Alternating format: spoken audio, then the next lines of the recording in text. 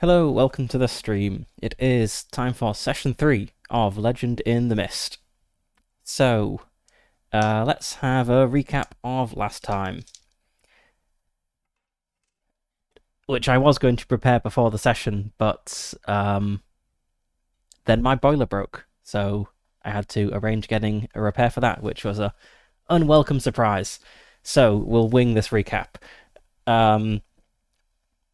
Last time, or the setup we had was that we have our character Dynak. He is 16, 17, I think, something like that, and he lives in a small village which is called Rungak. He lives with his father Oba. I think there isn't a mother in the picture. Not really decided what happened there. But he lives with his father, Oba, who is a traveling peddler who goes around the nearby villages and to the nearby town a few times a year, selling his wares, repairing small things, whatever it is peddlers do. And we opened with Dynak and Oba at the big, I think, twice yearly market at the nearby town, which we never actually named. I think it's like autumn time, so this was like a big harvest time market thing. And there was a bit of contention in the village over this because the elder of the village, who is called Bevion, it's an old woman, as elders usually are, had recently become, over the past, several-ish months, 6 or 7 months, a bit paranoid about the outside world. She had become afraid of outsiders and going outside. I thought it was a place of danger, of moral corruption and whatnot. And so she opposed them going to this market, but they went, as they always do. And when they got back, this caused a bit of a scene with, Bevion kind of accusing Oba of, not looking after the correct moral upbringing of poor young Dynak. And Oba, I think, just thought Bevion was kind of an annoying old woman who's going crazy. But Dynak thought there was something else going on here. So, Dynak, he is the son of a peddler, as we said, he has a heart of gold and is quite tenacious. So, in Legend of the Mist, your character is made up of these things called themes, which have a name and some associated tags, and you can use these to get bonuses in roles where they're relevant. Dynak's fourth tag is a pretty big one. Theme, rather. His fourth theme is a pretty big one. It is his destiny. His destiny is to defeat the Lich. He doesn't know that there is a Lich yet. He doesn't know this is his destiny. The Lich we rolled up in our Lichdom game that we played some weeks ago. About a month ago, I think. And it was this theme that kind of led Dynak to think there's something more going on than just the elder being a crazy old woman, specifically this sense wrongness tag he's got here. He felt that there was something strange going on. So he sought help from a witch who lives nearby in the forest. This witch is a somewhat antisocial person who comes into the village maybe once a year at most. No one really knows where she lives, just out in the forest somewhere. And so we had to go and find her, which we did by trying to gather some information in the village. Maybe other people in the village know a little bit about where the witch is. Yes, thank you for showing up. It is good to have new people. I'm glad that my videos are at least somewhat enjoyable, and it brings new people to the channel. So, yes, he went to ask around about this witch. No one really knew anything. He talked to a local shepherd called Hurand, who is amazing in Dynak's mind because Hurand is from the outside world. He was a caravan guard at one point, and he settled down to become a shepherd. Unfortunately, Hurand didn't know anything about where the witch lives, just in the woods somewhere. So Dynak set off. We wandered through the forest for a bit. We found a weird obelisk. Our hand was burned when we touched it. I don't know if this will come and become relevant at some point. Who knows? But we found the witch, and She was like, of course I'll help you, you annoying village boy. If you do a favor for me first, I need 3 eggs from a talking raven. The ravens live over there, off you go. He went off, he climbed a tree. This talking raven that he found while was looting was an encounter from the book called, if I can find this,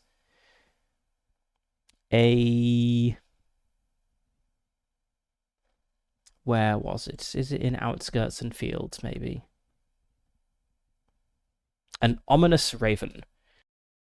That is, a raven associated with omens. This is the origin of the word ominous. The ominous raven can speak. It can prophesy terrible things about you. And Dynak, unfortunately, had a prophecy of loss. The raven squawked at him, "You are doomed to lose the thing you love most," as he tried to frighten it away so he could steal its eggs. And this has settled upon Dynak like a weight upon his heart. He has this prophesied loss tag, which mechanically this will manifest as 2 points of abandon on one of our themes. So each theme has kind of 3 XP tracks. There's abandon, which is kind of your progress towards losing this aspect of your personality and replacing it with something else. Improve, which is your progress towards like leveling this thing up, which you generally get by like overcoming your weaknesses. And milestone, which you get by making significant progress towards your quest. And when you get 3 points on any of these, your theme will change in some way. So this raven prophecy will manifest as 2 abandon on a relevant theme at some point. Let's see, after that he got back to the witch's cottage. He's like, "Here's your 3 eggs, witch." And the witch said, "Great, I need 1 of these to make the magic cure thing, and I will put 2 of them in my pantry for later." So he returned to the village with the witch and some sort of magic potion thing. They did some sort of ritual to cure the elder's mind, and it turns out that she wasn't just crazy. Dynak was right. She was actually under the influence of an evil cursed necklace. So, jumping into our backstory a bit, the lich we rolled up is a guy called Abax the Mad. He lived 1,000 or so years ago, and a lich is a bit of an overstatement of what he is. He was trying to become a lich. He performed the ritual in a bit of a hurry because he was being chased by an angry mob, and his plan was to remove his soul from his body and put it in the ancient woodlands of the empire in which he lived, believing that the communal life of the forest would preserve his soul in the mortal world. But he didn't just want to be a tree for the rest of time, so he simultaneously kind of split his consciousness into a series of small gems that could be carried around by his servants, let him experience the world in that way. Unfortunately, maybe fortunately or unfortunately, depending on your point of view, the ritual drove him mad. So his soul was indeed pulled from his body and stuffed in a tree.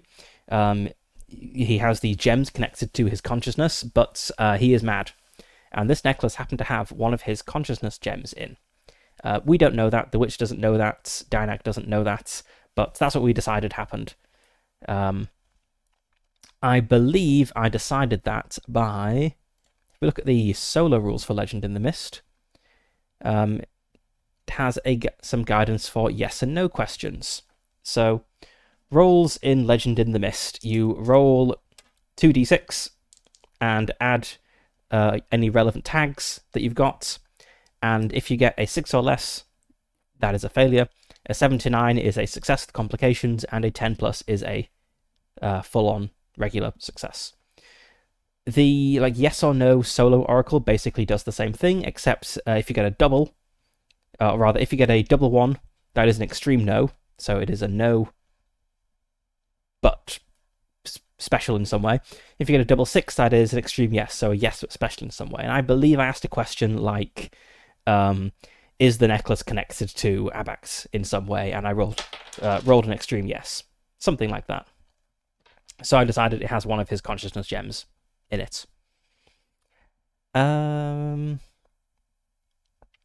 So we cured the elder. I don't really remember what we did with the necklace. Maybe it's in a box for now with a "don't wear this" label on it. But we did find out that the necklace was bought from a peddler in the neighbouring village of Brakagak, while our elder, Bevion, was visiting the elder there, Blaine. I just realised that's a lot of B words. Our village is... Okay, Runegak doesn't begin with a B, so that's okay. Maybe we want to rename Blaine, because that's... I know, that's a lot of B words. Blaine of Brakagak being visited by Bevion. Let's quickly come up with a new name for Blaine. So I have my Nomicon here, which is by Matt Finch of the Tome of World Building and Tome of Adventure Design. And I'm using the Bretonnian names for our people. So let's just roll up a new name beginning for Blaine. So... we could just pick a name, I guess. Now, let's roll up a name. We have 22. Let's go for Im, and 13.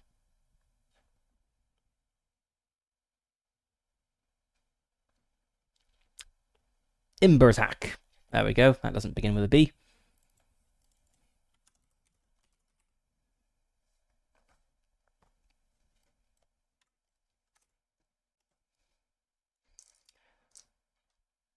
So we resolved the problem. We cured the elder.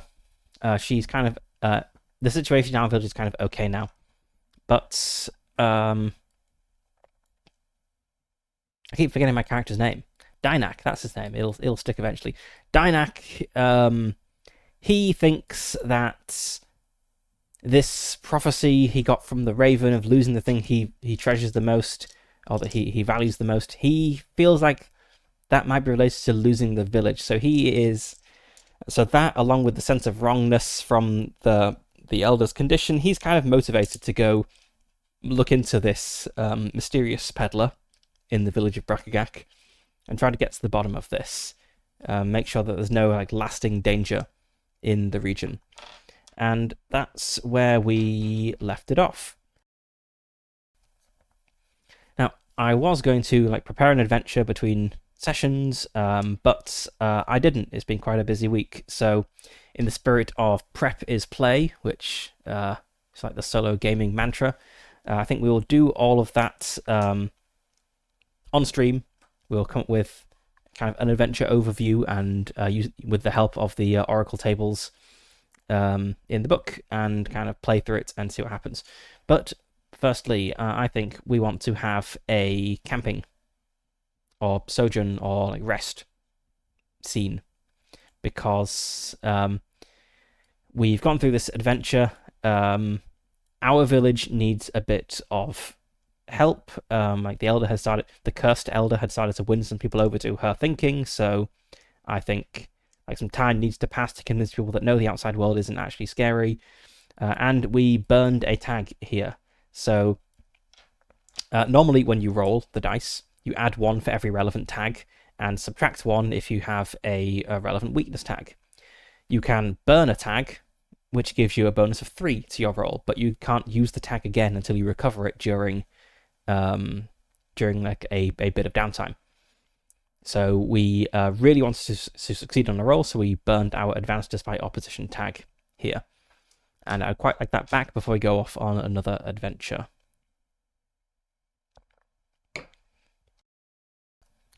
So I have here the camping rules, and let's go through these. I had a quick look. I don't think there's any solo specific suggestions for camping, so I think the standard rules apply. Hang on a moment. I was showing my order number on there. Let's not do that. There we go. That's nice and hidden now. PDFs with order numbers in are one of my pet peeves. I understand why publishers do it, but I don't like that they do it. It may be frowned upon, but I do if I'm running a game for my friends, I do share PDFs with them, and I also slightly guilty when I see an order number there and something I've shared, which is the intent, I suppose, but yeah, whatever. Anyway, camping and sojourns.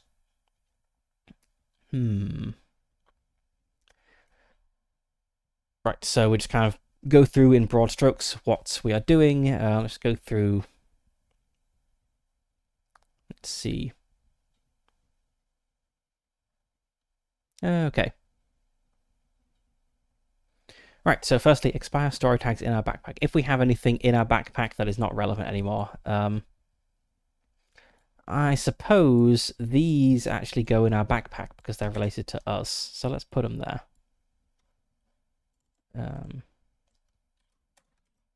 Oops.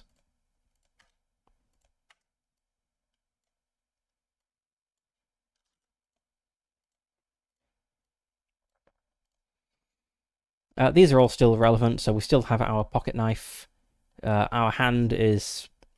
we touched an obelisk and got mysteriously burned by it, which I'm not sure how exactly that's going to come into things, but I think it's cool, so it might do. And we still have this prophesied loss, which is going to manifest at some point. So all of our backpack tags are still relevant.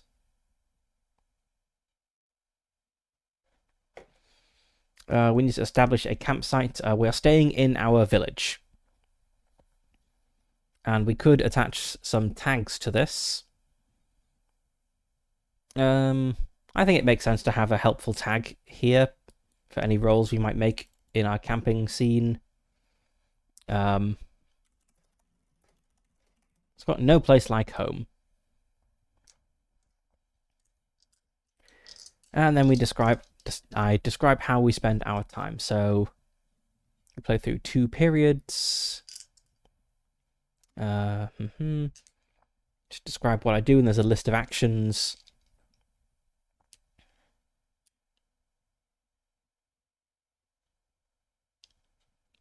And I get to do 2 actions, or 3 if I take consequences. I don't think I want to take consequences, so I should do 2 actions.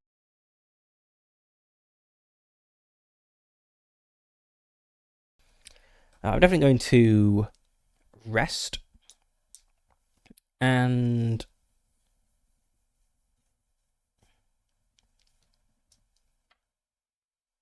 I wonder if I could reflect on something.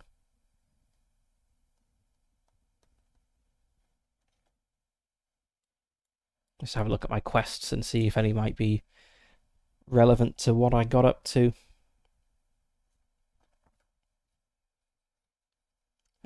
So improve is related to your weakness tags. This unworldly did come into play twice, and I've already marked 2 improve on there, so I could reflect on my experiences on how my unworldliness hindered me and mark a 3rd point of improve as I level up this theme. That could be good to do. My vulnerability to a sob story that didn't really come up at all. I think that's sort of thing that might come up in the future. My inability to ask for help didn't really come up, and nor did the fact that I'm just a village boy. So the only one that I could reflect on is that I was unworldly, maybe. And I don't think I can mark abandon or milestone any of my quests. None of these really came up. So I suppose I should quickly run through my quests just to summarize things. So my quest for being the peddler's son is I'll get out of this dead-end village and become a hotshot merchant. I am 99% sure we're going to end up abandoning this theme because I don't want to become a merchant in this game. I just think it's kind of backstory. Our quest for our heart of gold is that everyone has some good in them. They just sometimes have to make hard choices. Our quest for our tenacity, or tenaciousness, is to never give up, never surrender. And our quest for defeat the Lich is I will defeat the evil force plaguing the land, the spectre of Avax the Mad. I don't think we've really contributed meaningfully to any of these. Like, arguably defeating the spectre of Avax the Mad, but yeah. Not enough, I don't think. And we can finally take up a camp action, so spending power, doing things around camp. None of those look especially relevant. Possibly prepare for the next part of the journey, but no, I don't think any of those are especially relevant. So okay, I think we spend like a few days in the village.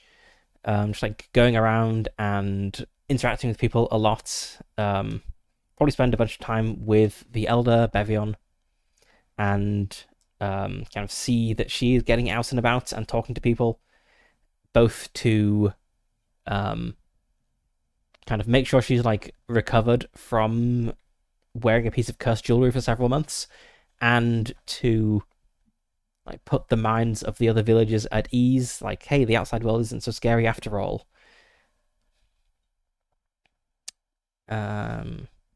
Yeah, I think it's just like a time of hanging out with people that we know and have grown up with, which sounds like an inherently restful thing. So I think, do we recover burned tag? Surely we recover burned tags when rested. Resting, rather. Let's just have a quick look at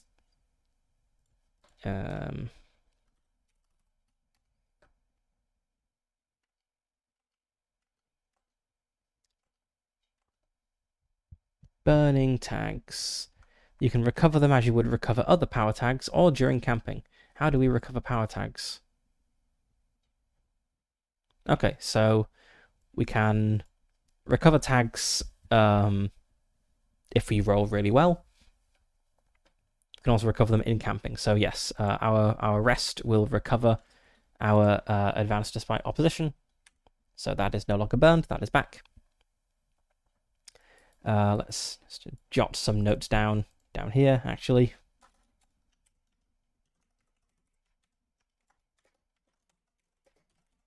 So we have recovered burn tags by resting.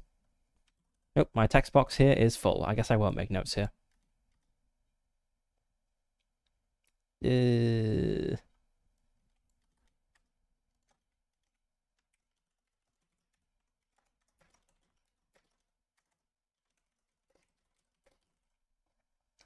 So we rest and recover our burn tanks, and then I think we're going to reflect on our unworldliness. Oops. Why can't I add text to this box?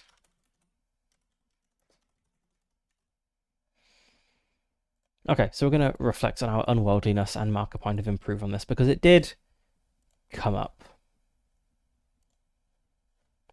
And we now have 3 points of improve here, so we can advance this tag, which feels a bit of a shame if we're going to abandon it eventually, but yeah, character advancement is always fun. Let's see, hero development.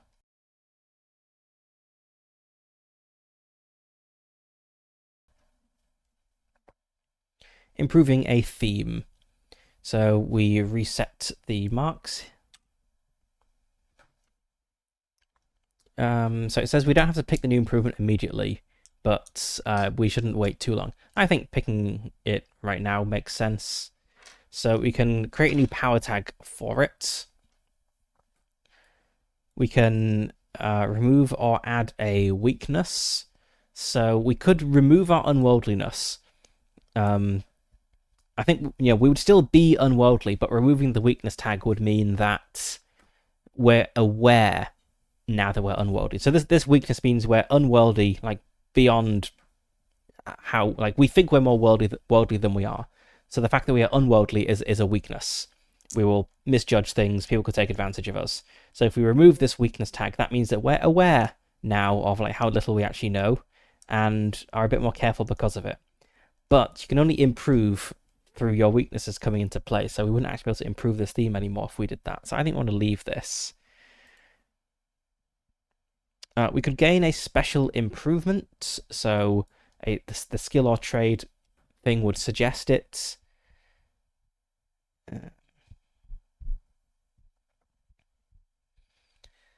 Or we could mark promise, which is a step towards like character advancement rather than theme advancement.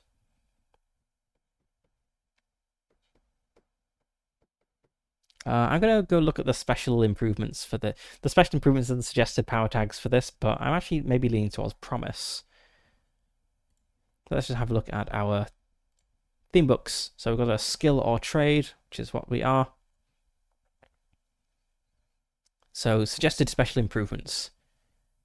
Um, Deft Remedy. Once per session, when you use tags from this theme and roll a total of 6 or less, you may re-roll the dice and take the new results instead. Learn from my mistakes. Once per scene, when you act using tags from this theme and don't succeed, mark improve on this theme. So that would actually let us improve pretty quickly. Practice makes perfect.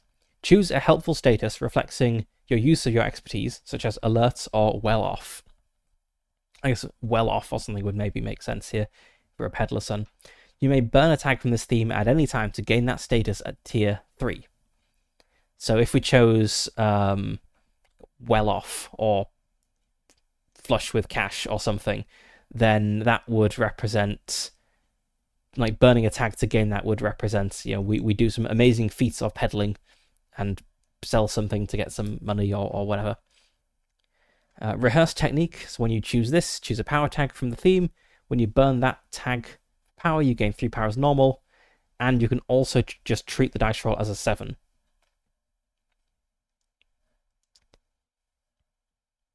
Which would then make it a 10 overall, a total success, because you would add power.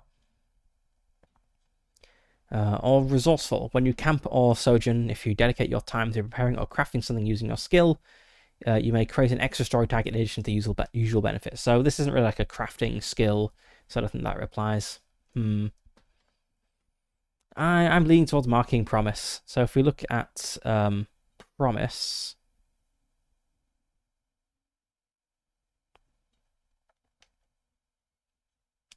so when we get to 5 promise, we get to choose one of these special improvements. So we can retire and replace our character with a brand new one, or we could massively change, completely replacing all of our themes and gaining a bunch of improvements. We could gain some sort of special ability, like being really lucky. Or having many things. We could discover or invent something previously unknown about magic. I don't think that applies because we're not a magic person. We could cast some sort of spell that has great power. Again, we're not really magical, so I think that's useful or relevant to us. Unless it's like a lich destroying magic, perhaps. We can have a vision of the true nature of things that the GM will then elucidate to us. So I guess I will just decide something and make it true. They're all pretty good, so I'm going to mark a point of promise.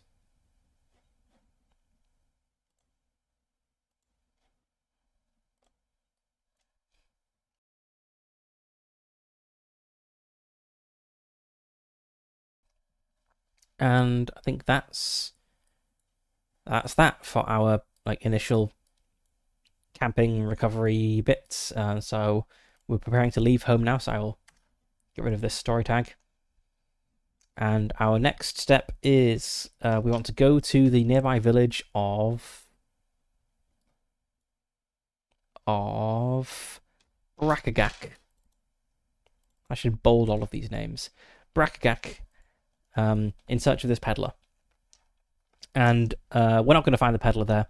I think I want to do 3 village adventures. The one we've just done is the first. And after the 3rd village adventure, we'll realize, oh, there's something greater going on in the wider world out there. We need to go out. I need to go out and leave home and get help from someone else or something, which will then lead into the next tier of play. So, let's start a text box for Adventure 2.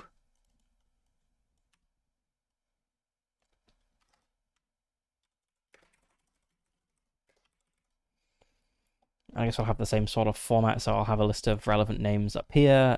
We need to come up with whatever the situation is, and some sorts of challenges. This may lead to questions. Well, it should lead to questions, because the questions will lead us to the next adventure. And yeah, maybe we'll come up with some other stuff.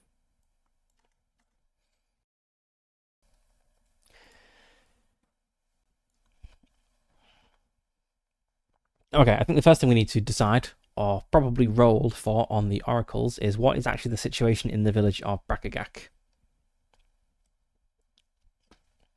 So let's see which oracle table is most relevant here. So we could go like really vague and roll on the interpretive question oracle. And then maybe we'll learn that the problem in the village of Brakigak is the Tyrant's Road, for instance. Or talkative giant insects, or something. We've got the conflict oracle, so we could roll up like what the actual challenge will be and kind of work backwards from there.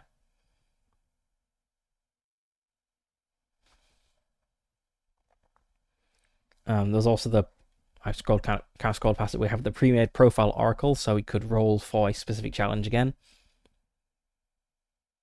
Got revelations.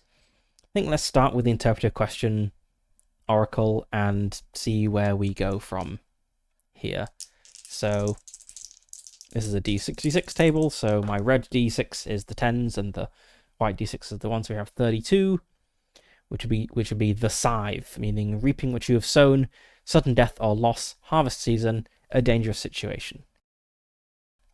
It is harvest season, and I think I said last time that other ideas for village things could be like failing crops or diseased animals or like wrong animals or something. So the scythe could be like diseased crops or something. What is 32 in the other table? Afraid, food stealing magic cat, dunes or beach, and wooden bowl.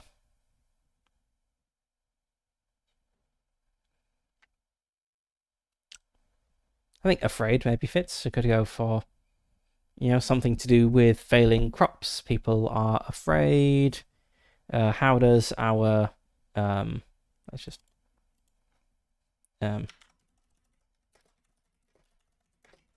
start jotting some things down, and we can maybe come up with some details. We'll also need to get to the village of Brakigak, which might be a small challenge in its own right. So there are failing crops. People are afraid.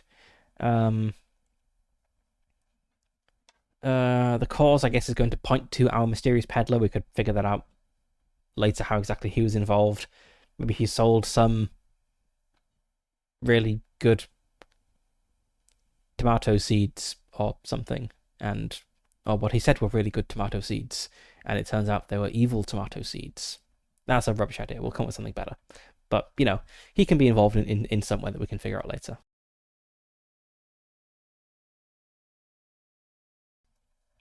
Okay, we've got failing crops, people are afraid.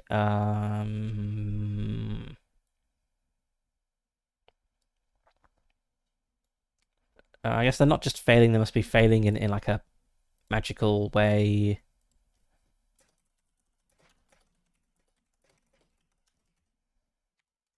So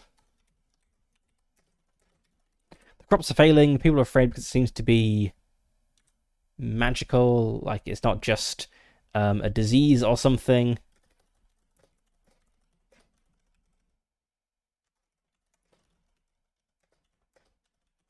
So it's not just like a crop disease or pests, it is something else. Maybe the crops look perfectly healthy until you like cut open into them and then they're all like rotten and dead on the inside.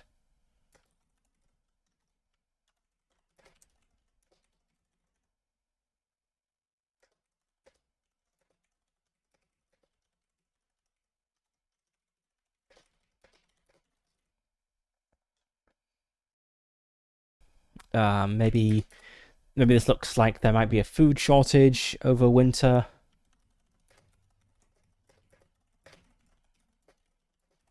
As this is a very rural part of the world, so probably like you can't. Well, yeah, the other nearby villages, they can't really sell enough food to cover all of the village of Brakigak's situation for the winter, so they have to like buy from the traders in the town, and the traders in the town know that this is like a life or death situation, so they can charge loads of money for it. So it's too expensive to buy crops.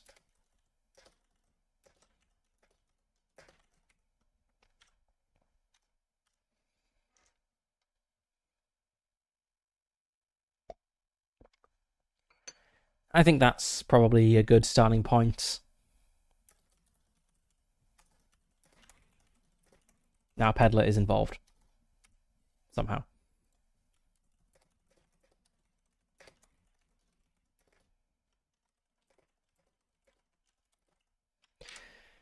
And as part of this, we'll need to figure out how the Peddler is involved and where the trail goes, because it will lead to our third village encounter, which will then lead into the wider world.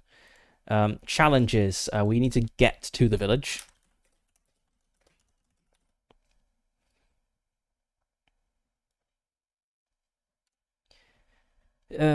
People there are probably... Well, we know they're afraid.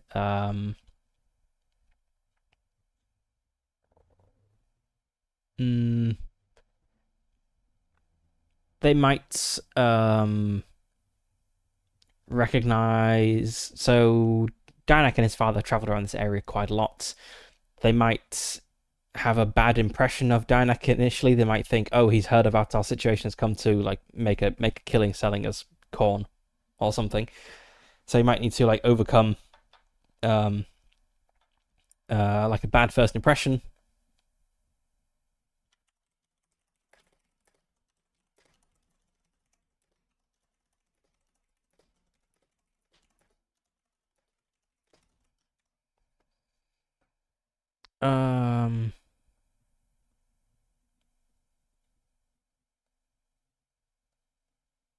There needs to be a cause of this crop situation, which is what's going to then point to the peddler.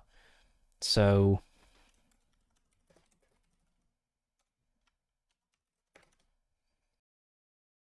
we need to find the cause and solve it. And let's maybe look at our conflicts oracle, like good roll up. So the conflicts oracle, we can generate a whole adventure challenge from this, which is kind of what we want. So maybe we can like roll up the central challenge of this, and that's going to be the cause of our crop failure, and like work backwards from there. So central challenge is a 65. Roll again twice. Okay. 53 and 32. An unseen force and the terrain. The terrain makes sense because it's affecting the fields.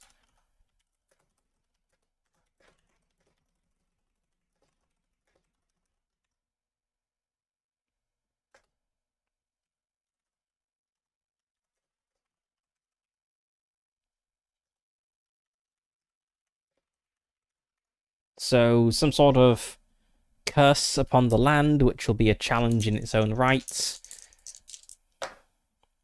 62 is hunting down or has stolen.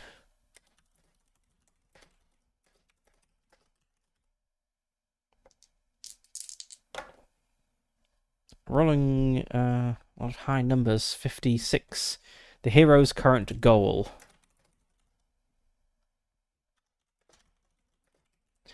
Well,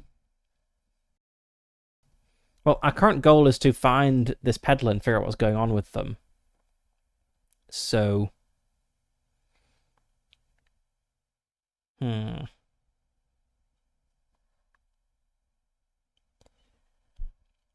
I think this means that we're going to get some sort of pointer towards the peddler.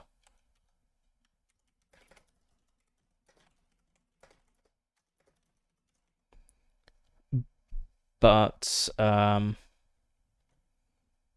we need to work out what this actual challenge is so that we can overcome it. So let's look at some more detail.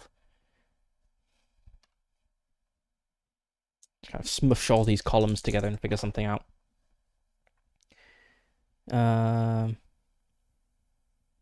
Sudden reveal upon entering or exiting. Near a violent conflict. A pervasive negative emotion. animal or beast.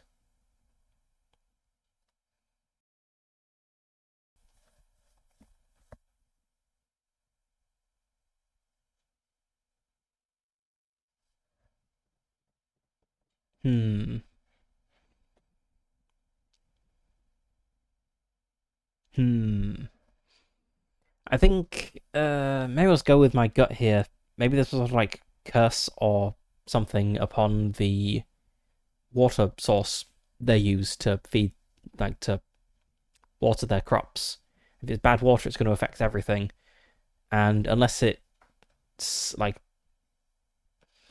if it's bad water, then it affects all the crops, and you think it would affect the people as well, but it might be like a curse such that it only affects crops rather, or it could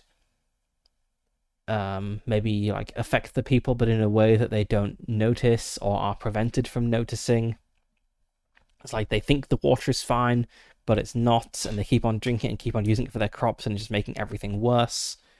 Yeah, let's go with that. So we have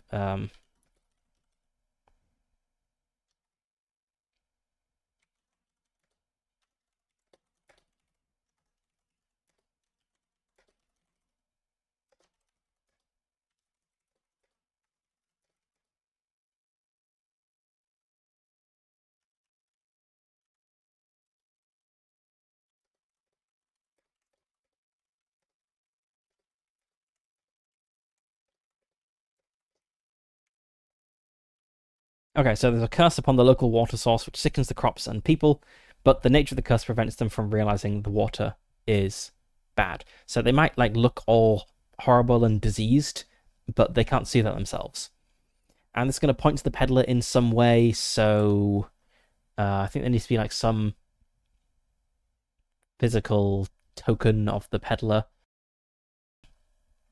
Um, like a cursed item at the bottom of a well or something.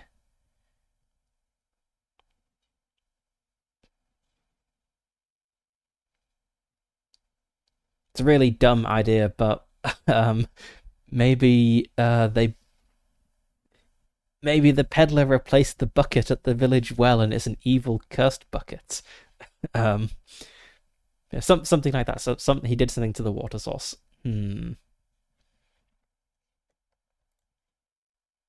Go for a good old interpretive question. What did he do to the water? 25. The powerful steed. Or possibly 52. The fairy prince.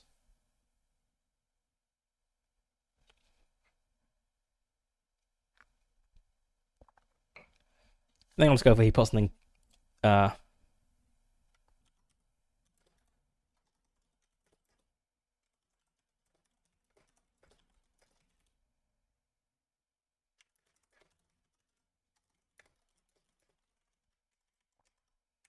yeah, I'll just go for that. There's some sort of cursed item in the well which the peddler put there. And people can be like, oh yes, I remember seeing that strange peddler with that thing. What was his name? Evil McSinister Man. Um, yes, he always looked longingly at the well while holding this pentagram made out of demon bones. Must have dropped it there unintentionally. Yeah, we can figure it out. Okay, I think that's enough to get started.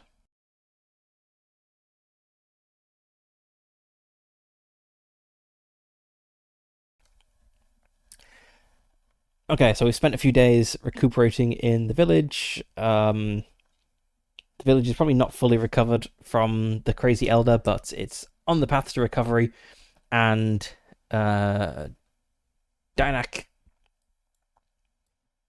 goes to his father Oba and says that the witch said this is all because of this necklace the elder had, and he's probably been talking to his father about this like over the last few days. It's all because of this like weird cursed necklace, according to the witch, and the elder got it from such and such peddler. They've maybe talks about it and can't figure out who it might be. They probably know like a bunch of peddlers in the local region, but they're not sure who this person is. Does his dad believe him that it's a cursed necklace? Not really, but he's willing to humor him for it. He's like, sure, son, you go off to Brakagak and deal with that curse. Make sure to take the carts with you and try to sell some stuff.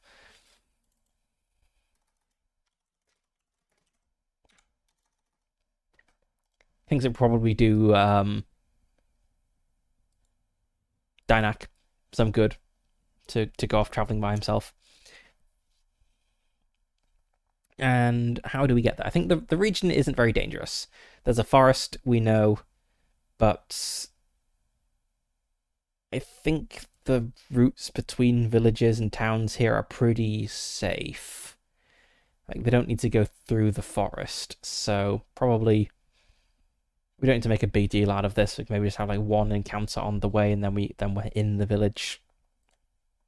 So look at our challenges and stuff.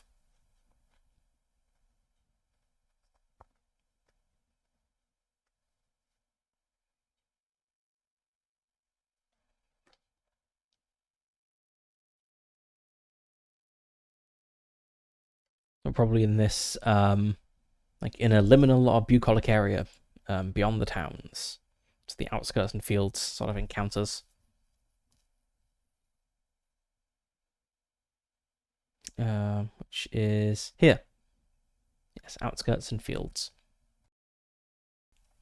Let's have like one encounter on the journey, and then we will arrive at Brakagak. And let's put down the name of the elder here.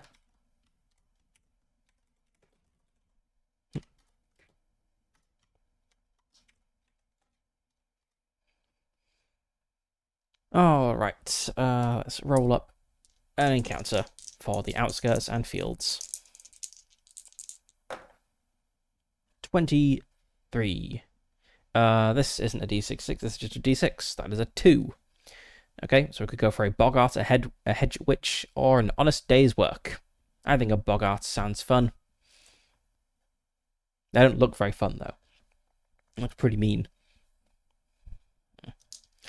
Oh, I always forget about the action grimoire. Let's see, is there anything like fun for traveling between, like in a rural place? Let's have a quick look here.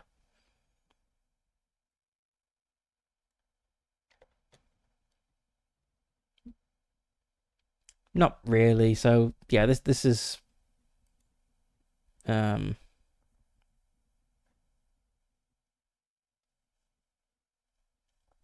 yeah, these are more suggestions. If you want to do something and wants like some suggestions of how to do it, you can look here. It doesn't have like challenges as such.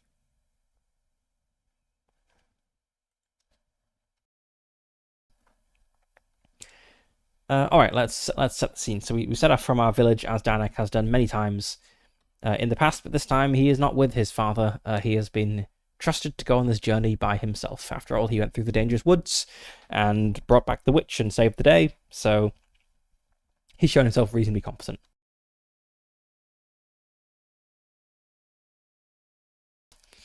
So he goes out onto the not like super well traveled, but reasonably well maintained road, and because this is like a medieval fantasy style setting, the next village is probably like, I mean, it will be less than a day's journey away. It'll be like 20 miles at most. We still don't have a companion. I want to pick up a companion at some point, but we don't know who that is, and we haven't met someone relevant yet. So maybe we'll meet a companion in this adventure too, but who knows? So we set off alone to go to the village of Brakagak. It is a reasonably safe area. So we head out of the village. We've got I think like a pack with us of like some supplies, like maybe like camping supplies if we need to like camp out for the night for whatever reason. We've got a bit of food to eat along the way, but not like major supplies because we expect to get to the next village like today or tomorrow morning if we take it really slowly and leisurely. So we leave the village, head out onto the road, and start making our way through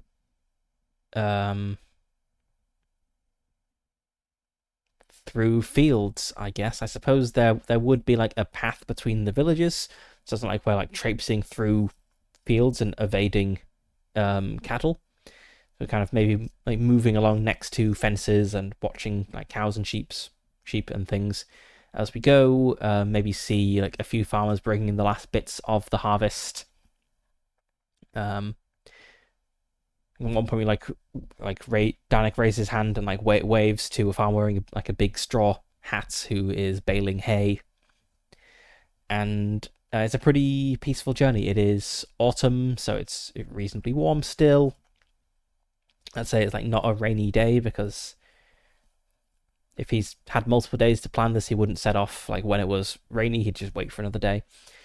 And he gets like several miles out of the village, and then there's like a little let's see, where do boggarts live? Boggarts, a troublesome fairy spirit, common to barns, fields, and other lonely, bucolic locales. The boggart is an unwelcome guest and a supernatural pest. Its pranks and tricks might be funny, but such frivolities can turn dangerous in an instant. Folk wisdom suggests that addressing a boggart directly by their name or fleeing during a prank will only make them angry. Okay, barns, fields, that sort of thing.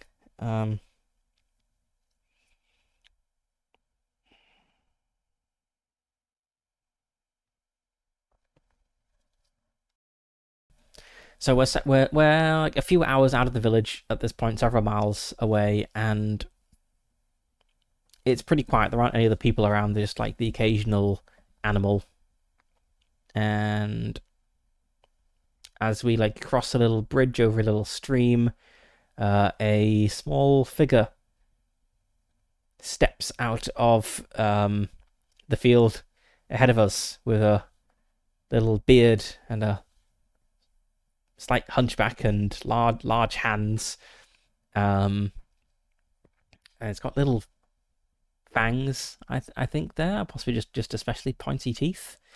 It's wearing like small homemade clothes. It has a basket strapped to its back with some turnips in, and it smiles up at us. And have we ever encountered a boggart before? I don't know. No, we've not encountered one before.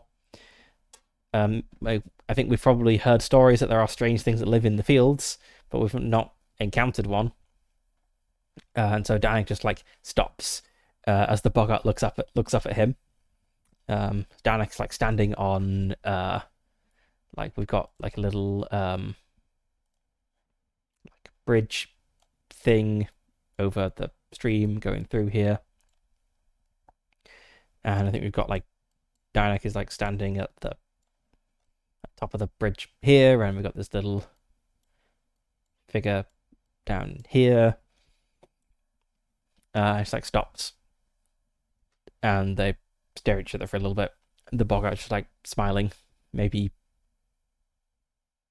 giggles a little, and eventually Danik's like, "Hello, sir." Let's see. So what does it want to do? It wants to prank or possibly punch. Okay, it likes to prank. It likes to perform pranks and tricks. Pranks, sparkly fairy magics can be seen in the air, and a soft chuckle is heard. So yes, I think it does like giggle, and I think it wants to like lure us in and try to perform some sort of trick on us.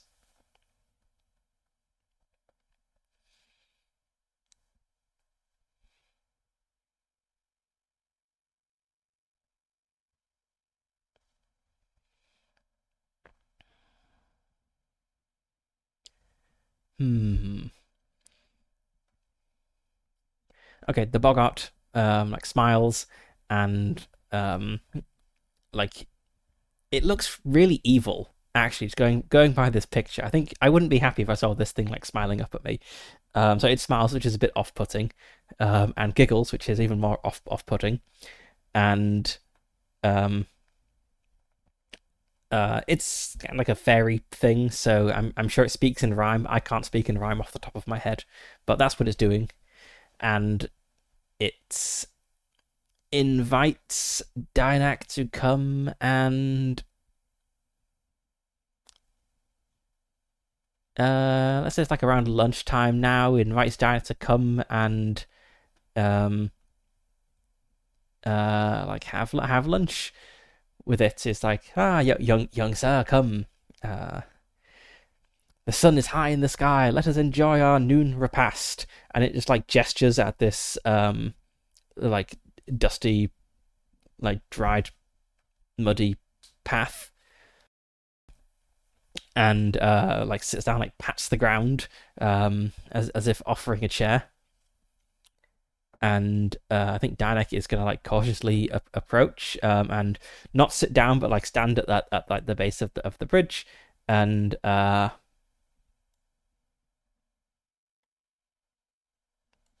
we go, standing at the base of the bridge. And let's look at my tags. How or my themes rather. So he has a heart of gold. He always looks on the bright side. I think he would look upon this situation with cautious optimism, which kind of fits into his unworldliness as well. And let's see, what annoys a Boggart? Did it say? It said addressing by their name or fleeing during a prank will make them angry. So, I'm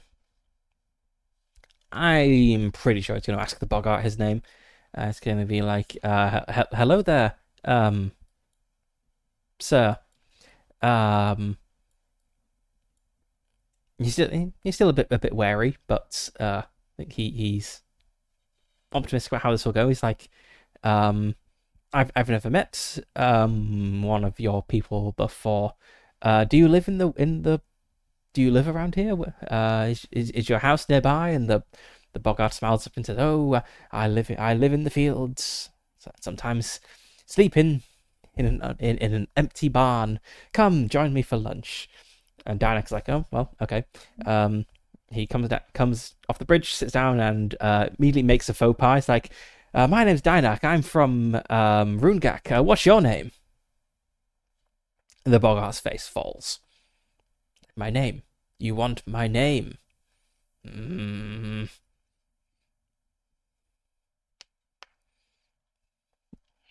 I think he just looks really offended.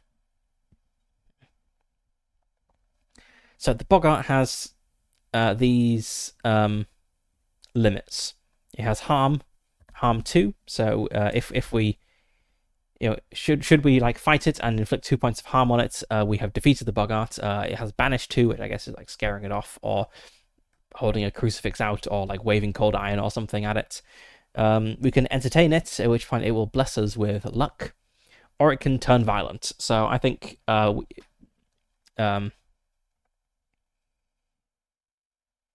music. I think talking about the name has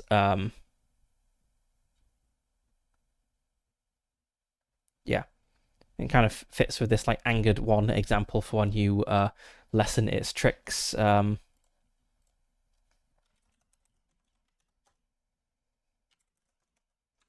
So I think the Boggart is somewhat angered by us talking about its name, and I think Dynak can tell that he has annoyed it. I don't think it's like concealing its irritation. So he's very apologetic, but I think the damage is done. We don't really have, so we don't have like a tag in our backpack for like being festooned with camping supplies or something. So we have like a reasonable amount of stuff on us to get by, but not enough to make like an amazing meal. But I think we might still try to make amends. knowing that we have annoyed this creature. I feel like we want to be apologetic here. And the Boggart did invite us to join it for lunch, so we don't have any like cooking ability.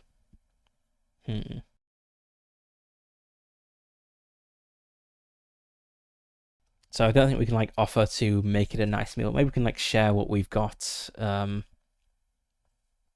Danik's like, I'm sorry, sir.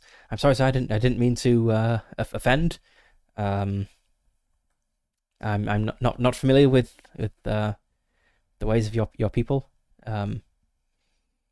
Please don't tell me your name if you don't want to. If it will, help make up for for what I did wrong. Here, have these biscuits. And he takes like some biscuits out of his pack. They're not like fancy biscuits, and he doesn't have many of them. They're just like to eat on the journey. But they're kind of okay, I guess. And got the Heart of Gold comes into this as he is earnestly trying to make amends. And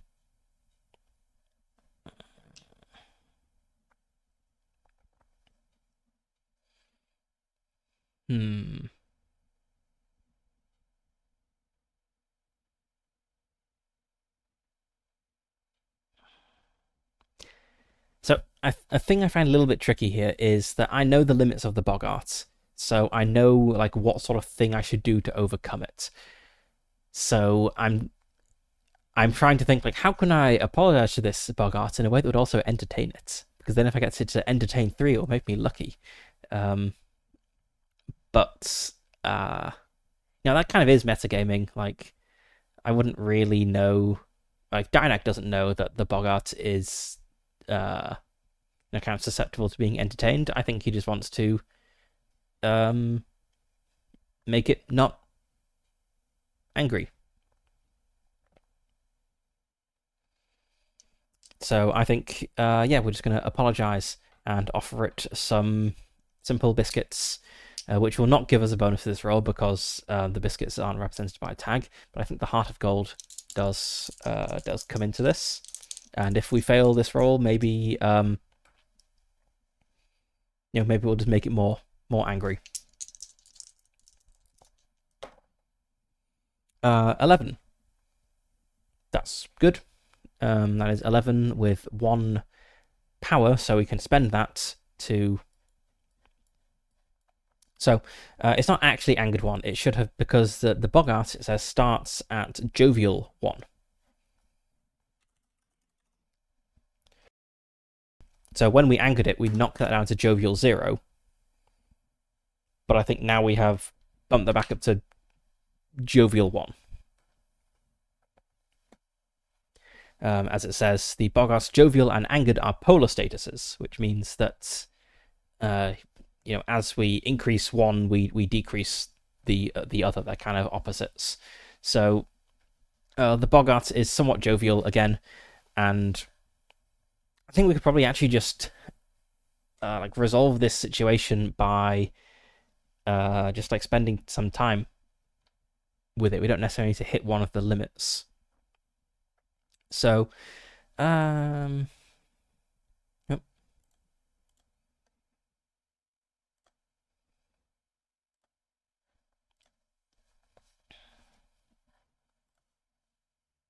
I know I complained about this like on a recent other stream, but what is the point in these bots that try to like sell followers and stuff? If followers aren't actually going to watch the stream, there's no point, and if it's just bots watching the stream, there's no point in that either. Anyway, okay. Kill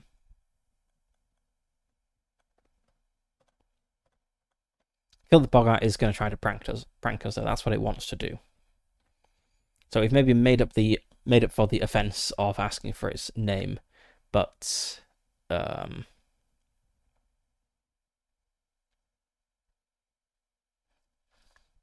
see, what are its suggested pranks? It could trip or push someone invisibly. It could steal an important item. The only like item it could possibly steal from us is our pocket knife. That's the only like actual physical thing that we have in our backpack. It can magically remove someone's clothes, which makes you embarrassed. It can magically make something buckle just as the hero is about to support themselves on it. Honestly, I feel like that last one makes the most sense, or like tripping or pushing someone invisibly.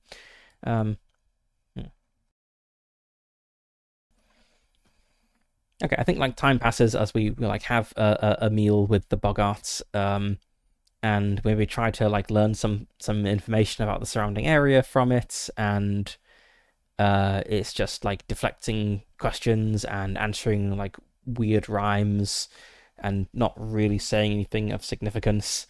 And some time passes, and Danek is eventually like, well, so it's been you know, it was nice meeting you, but I'd best be on my way. I need to get to Brakigak before sundown. And the Boggart like wishes him well, but it has like a grin on his face,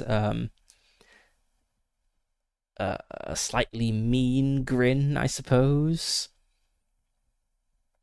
And I feel it's just going to get Dynak because he generally like assumes the best in people. So I think the Bogart's just going to get him. So Danik is like, well, what an odd fellow, he thinks to himself, and like starts down the road. And next thing he knows, he is shoved from behind, and just like goes like sprawling on the ground. Gets muddy. Yeah, let's have a tag. Muddy. He like lands with a splat in the mud and just hears like this giggling that there's no Bogart to be seen. And he gets up off his like looks around. The Bogart is completely gone, and he's like, "Well, what a weird fellow," and continues his journey.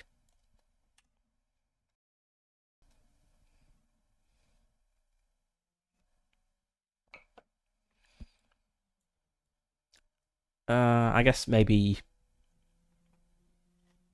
Muddy isn't a very good consequence, really. Like a good tag, really. Maybe we don't really need a tag for this, but I guess the consequence of this is that he gets into the village a bit later than he'd like. So he maybe gets in like as the sun is starting to set, which is pretty late.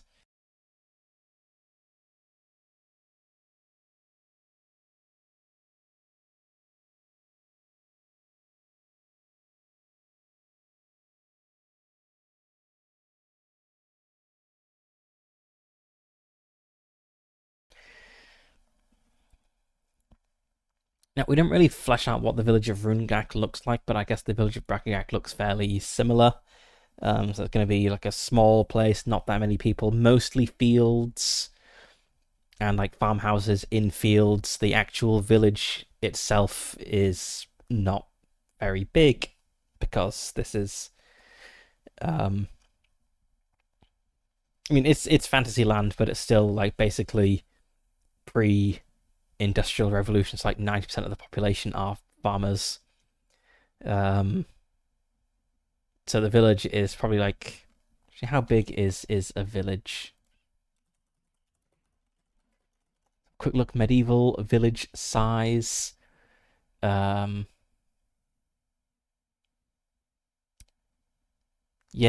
like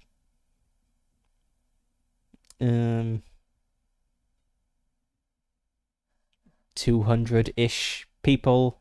That sounds about right. So yes, there's like 200-ish people, which is like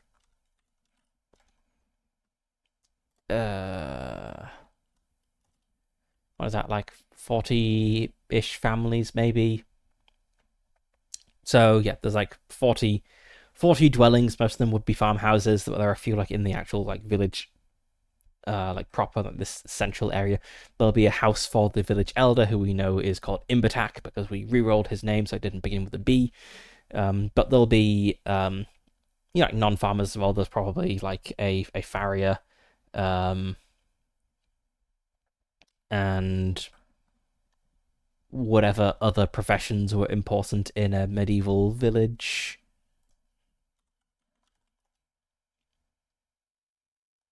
Um, some sort of blacksmith. It doesn't really matter. There's a few dwellings in the village itself. There's maybe like some shared storehouses for like crops and stuff, which are probably pretty empty right now, although Danik doesn't know that.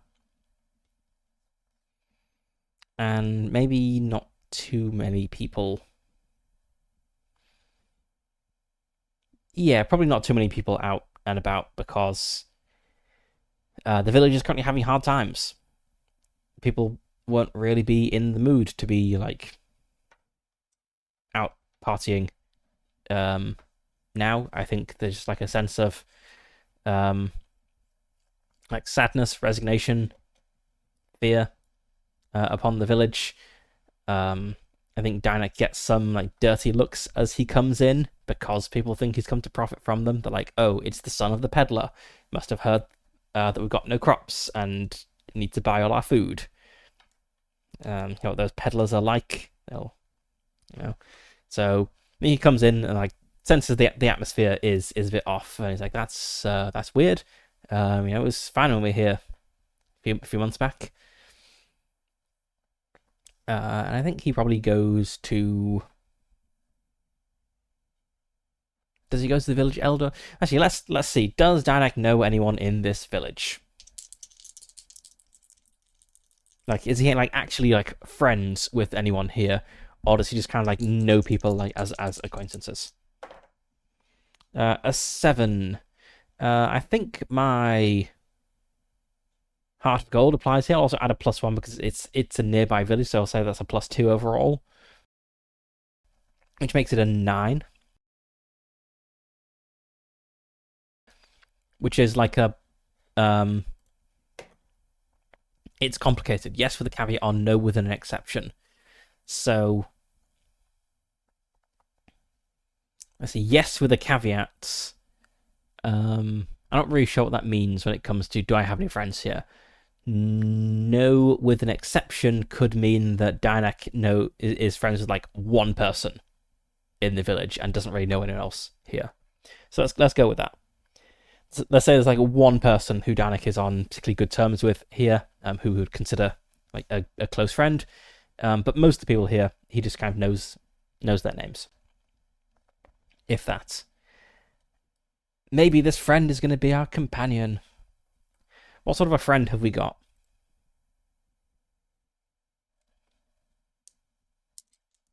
I mean, of course, we need a name for this friend. His friend is. Neither the dragon nor the bloody crown sound good friends.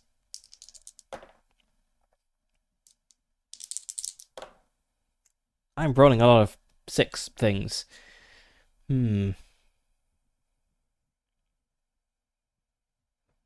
Mountain, 46. I think rather than the suggested meaning of increasing difficulty, lofty goals or ideas, treacherous landscape, and obstacle, I'm going to say the mountain is just like a really tall guy. It's like he's huge.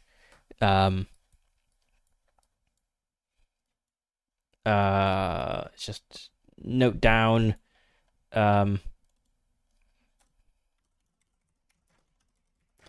So I'm picturing like let's see who am I picturing?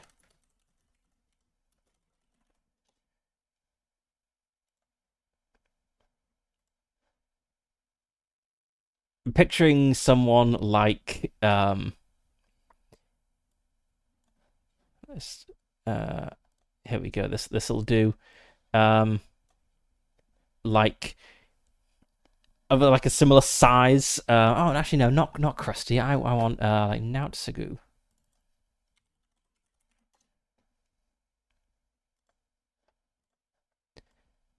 Where's the better picture of him? Here we go. Yeah, so it's like I think his friend like isn't like wearing a suit of armor or anything, but it's like someone who's like of like a similar physical size to this. He's like big compared to other people. Like he's not fat or anything. He's just like large and muscular and like both wide and tall, and it's like a very like big guy, who is probably of a similar age to Dynak. So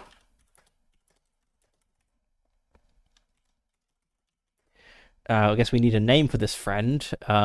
Let's say he is the son of the local blacksmith, which is why he has like giant rippling muscles. Let's come up with a name.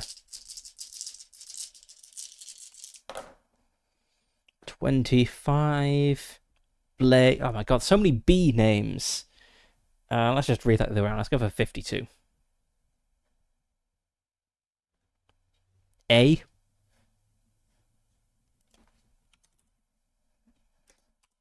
And 54.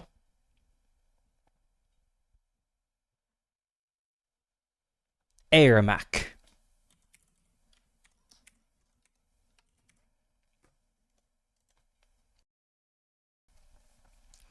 Airmac, Dynak's friend, 17, a big muscular guy, son of the blacksmith of Brakigak.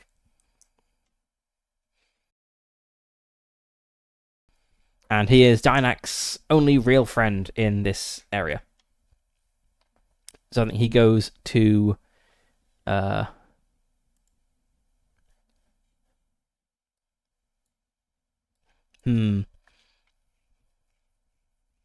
I think it would be nice, or it could be interesting if Airmac like has his own home. So like rather than, because if he's the blacksmith's son, he probably lives with the blacksmith, his father, and so we then have this father who Dynak doesn't really know to introduce. Or we could just say Airmac lives by himself. No, I guess Airmac does live with his father. Okay, so they get in. Dynak gets in pretty late, and he goes. First place he goes is to his friend's house. I guess it's like the blacksmith has like a small house, like on the edge of the village, and he has a little like forge and workshop there. Don't really need to name the blacksmith himself, but like Dynak shows up and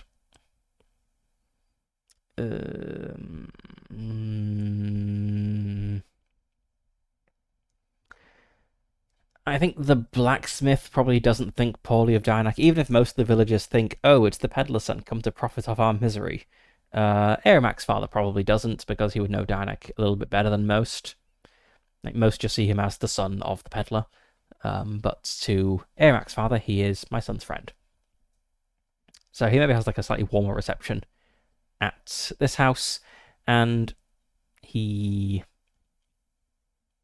comes in like they have a meal, like catch up on news, and then Dynak is like, so I noticed the vibe in the village is a bit off. They definitely use the word vibe in medieval times, I'm sure. The vibeth. The vibeth be wan in the village. What's going on?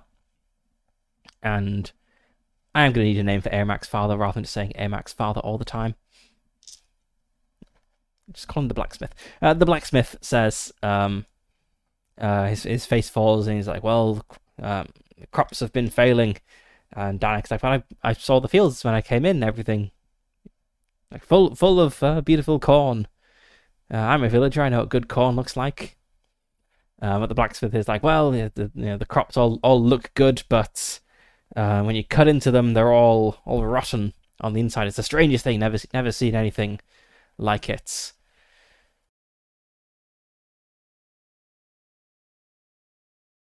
And I said that there's a curse on the water which prevents the villagers from realizing the water is bad. Do some of the villagers look like weird and sickly? I guess not many of them, because I forgot about this, and so it's obviously not bad enough that they're visibly bad.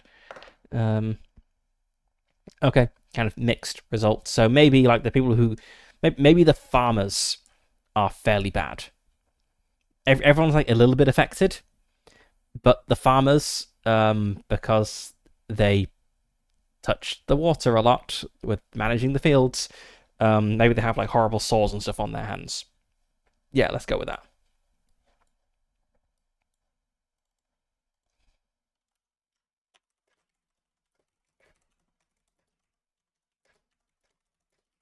This is gross.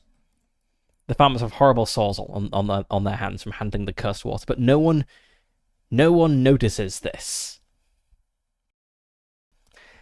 Dynak, because he can sense wrongness, does he sense anything wrong when he like partakes of his meal here and drinks some of the weird water? I think he probably does. He's going to get a +3 on this roll. Yes. So he like they invite him in. They talk. Like serve dinner, just like simple fare. Dynak eats it, and I think it like tastes wrong to him. There is definitely something off with the food that he's given. But he is a villager in medieval times, so he finishes his plate like a good boy. He like forces it down, but I think he can't like hide like expression of like disgust or something from his face, and Ermac is like, Dynak, what's wrong? And Dynak's like, the water tastes wrong, can't you tell? And Ermac and Sal just like look at each other and like, water tastes fine to us, weirdo. But to Dynak, it's very obviously wrong.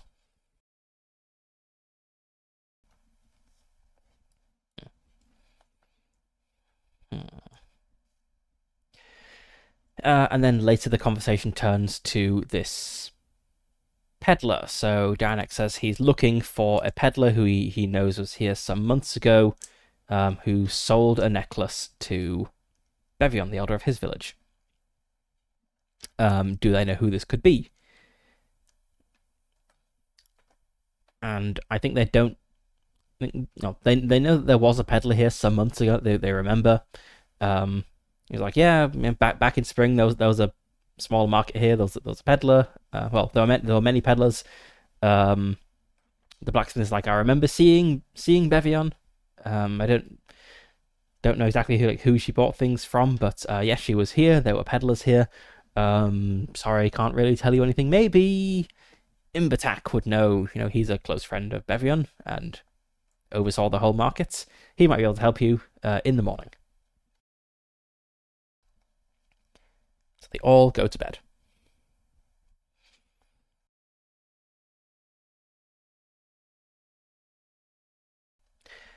Morning rolls around, and Dynak would like to go talk to Imbatak, the elder of this village, who I think is an old man. So you have Bevion, who is an old woman, at Runegak, and I think Imbatak is a man. Yes, we rolled on the manly names table. That's why it sounds manly. So Imbatak is the elder of Brakagak. I want to go talk to him, but I think this bad first impression is going to color our interaction with him. Let's have a look at the action grimoire. Like, does it happen to have anything for social interaction, information gathering? Let's see. So we kind of used this persuasion one when we were dealing with the elder of our village. I kind of want something to like overcome like a bad opinion. Let's have a look. I do like the action grimoire. It's got a lot of like good suggestions if there's a relevant one.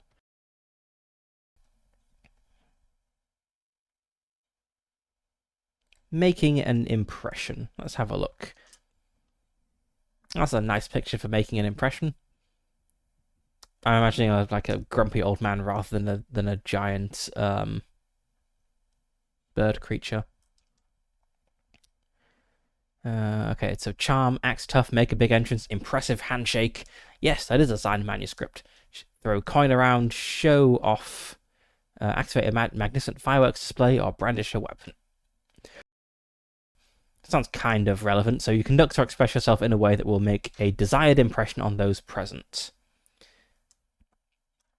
And impressing a large crowd or audience is harder, but we only need to impress one person, which is the village elder. And let's see, so relevant power tags.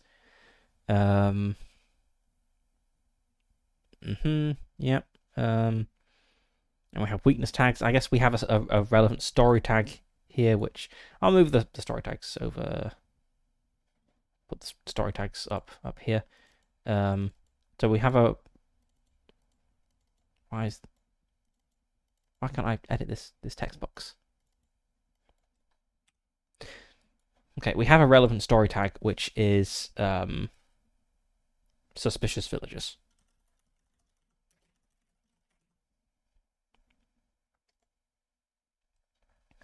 Which is going to hinder things.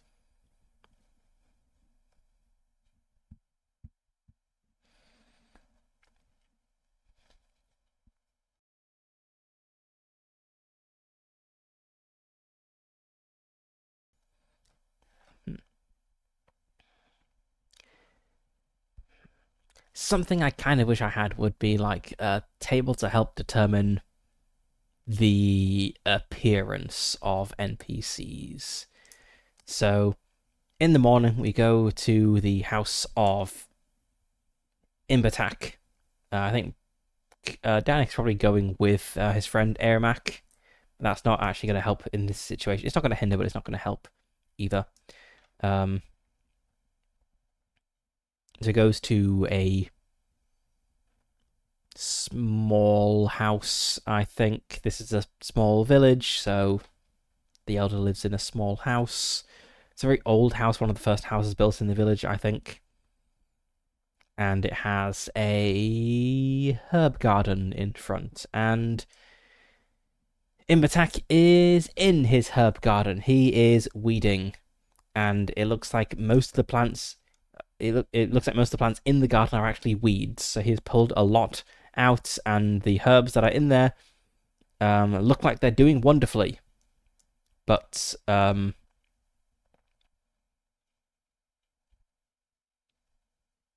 Dynak kind of arrives, he sees Imbatak pull up. My mind has gone blank. I can't think of a single herb. Some basil. He plucks a leaf off some basil he's got growing there, and like sniffs it, and he just like kind of like shakes his head and like chucks the whole basil plant, like rips it out of the ground and chucks it off to one side. And it looks like he's like basically pulling everything out of the herb garden. It's either all weeds or like all bad herbs.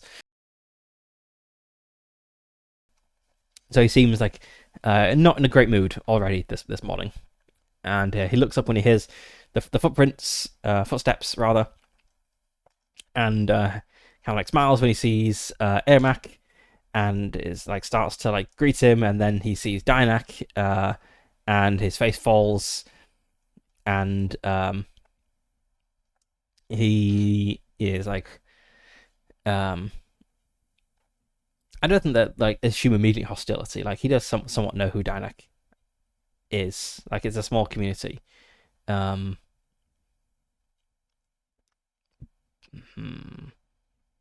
He says something like, "Go, Dynak. You and your father heard about our misfortune. Come to profit of our misfortune." Like looks around, like, where is your father? Assume he's setting up his stall. And Dynak's like, "No, sir, it's just me. I'm terribly sorry to hear about your crops. I was wondering if I could talk to you." And Imbatak is like, "I sent you to negotiate on his behalf, has he? I suppose you're getting to that age, trying to step up in the business. All right, come inside then." But he's like obviously still thinking Danik is here to try to sell him stuff. So he gets up, takes off his like little gloves that he's wearing for his gardening, kicks the mud off his boots and goes into his house. And is followed in by Danak and Ermac. So we need to make a good impression here to get over this this sense of hostility. Because I think we can say, like, so we're really not here to profit off you. But the Elder will probably think that even if Danak isn't here specifically to profit off this situation, he will tell his father when he returns to his village, and his father will then come to sell stuff to them. It's a pretty uncharitable thing to think, but they're in a pretty desperate situation. Things have been bad for a little while, and I think it's kind of like lost hope and are expecting bad things to happen. So that's why he's thinking like this. So we want to make a good impression. So we have a -1 from the suspicious villagers. We have a +1 from our Heart of Gold.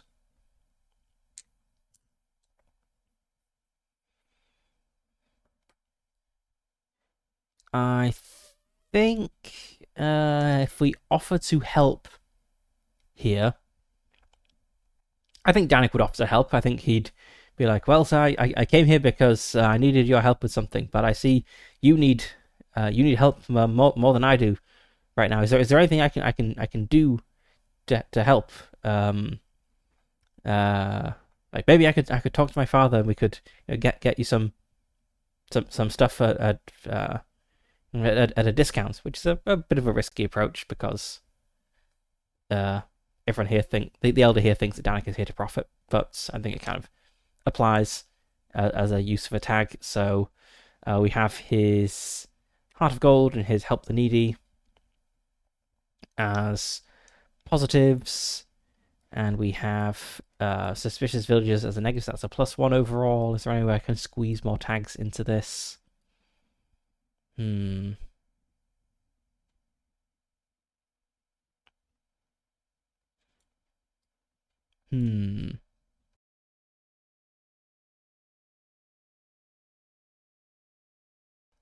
Not really, I don't think. This is going to be a +1 on the roll then.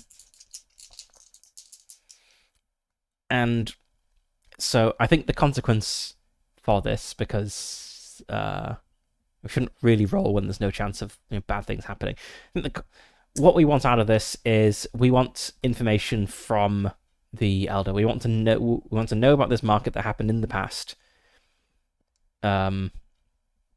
which will then give us a pointer maybe to finding this peddler who sold the weird cursed necklace.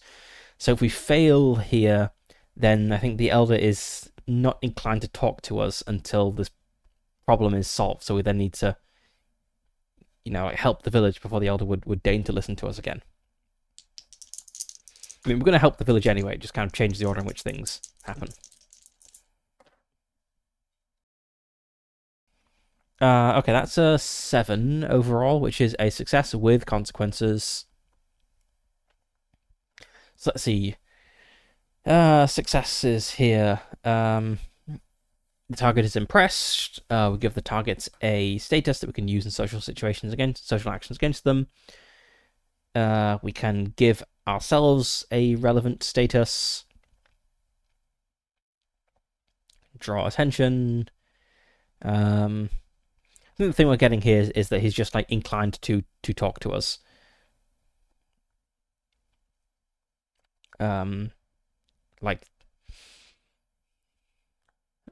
Like he's gonna get over his bad first impression of us and talk to us without just assuming the worst. But we do have a consequence because we've got a mixed success, and it's not like a partial success. We do fully succeed, but we also get a consequence.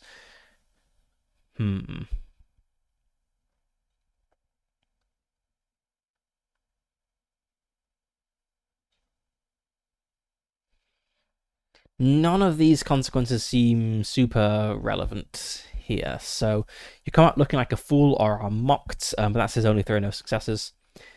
You make the opposite impression, only throw no successes. some other individual or group gets a different impression of you, there isn't another. Well, there are only two people here. There's the elder, and there's our friend. I don't think our friend is going to think poorly of us because of this. Or you ruin your fancy gown, carriage, hairdo, or find out it's useless here and scratch a tag. Hmm.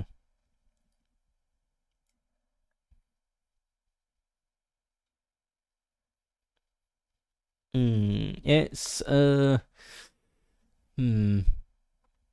Not really a consequence because I plan to do it anyway.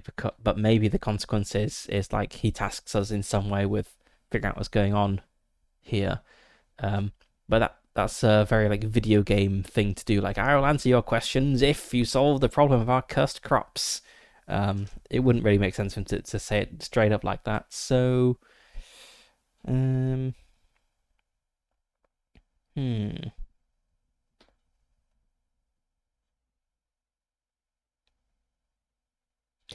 Maybe the consequence relates to the information we get.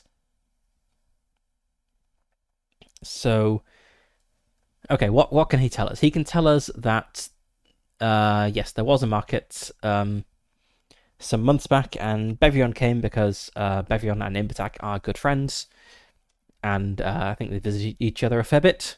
Perhaps there are rumors that they were once lovers. Um, anyway, they visit each other's villages a lot, and so she was here at the market. There were many peddlers here. They kind of come. I think you don't really get many peddlers for like village markets, but like you get some out of towners who are looking for a deal. And yes, there was this one guy who was like selling jewelry, and Bevion bought a necklace. I think we need a name for our evil peddler. Let's not have a Bretonnian name. Let's have a name from a different culture. So we used Celtic Orlick for the witch and her husband. I think we want to. I don't think we want to use Celtic Orlick. Maybe we do. Maybe it's like an evil witch. Now, what else do we have?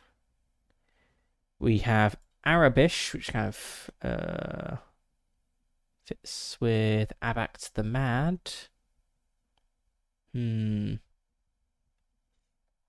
What else have we got? Is this? I don't think a Hispanic name fits.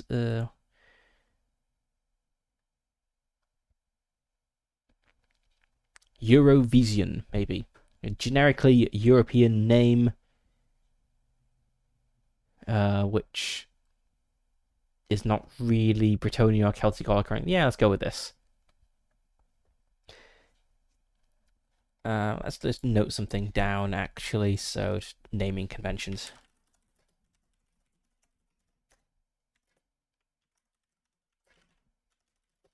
So, if the villages around here, names end with. They are Bretonnian culture names. No, Bretonnian country names.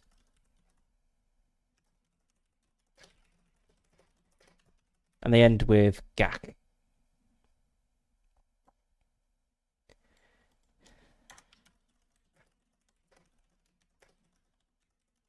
People around here have Bretonnian names. The witches and I need a good word for a man. I guess warlock works. The witches and warlocks, they are Celtic Orlick because they're a different culture. People from elsewhere in the kingdom, maybe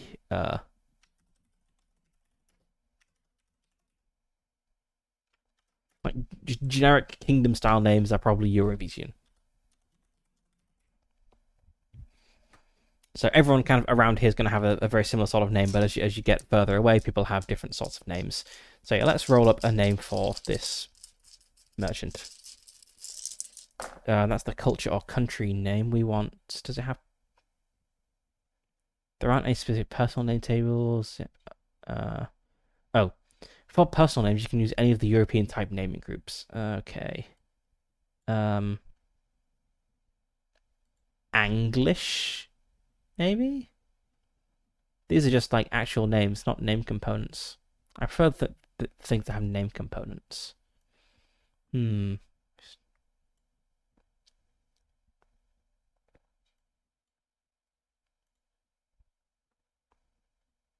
Troubadouric.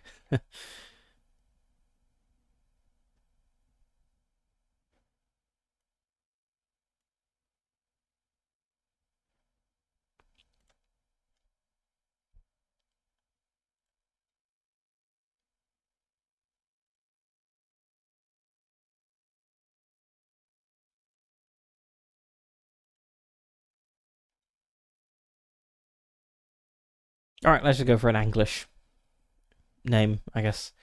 We'll just use full on names. So what was that? 39. Albert. Sure.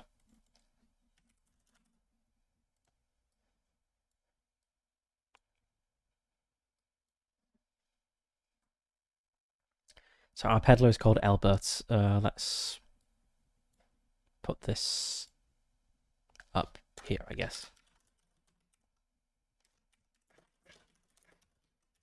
Albert the evil peddler. So yes, there was a guy called Albert, an out of towner, not from the local region at all, by the sound of his accent, and by the style of his name, who was selling pieces of jewelry. And Bevion picked up a necklace. Dynac is like, all right, just need to find this guy, and then we can get to the bottom of this. So he asks, do you know where this Albert came from, or where I could find him? Does he come into the village often? But unfortunately, Imbatak says he's never seen Albert before or since. He only came for this like one market, and that's it. Dynac maybe asks, like surreptitiously, did anyone else who bought jewelry act weird? And I think the answer is probably no. So it was only Bevion who had like strange symptoms.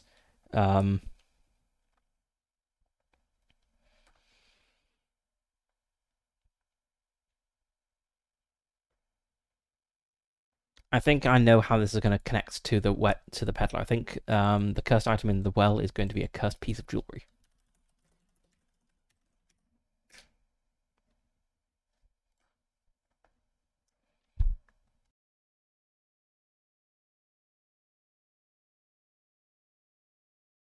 And so we've got this connection of evil jewelry. So it's pretty natural to assume it was the peddler.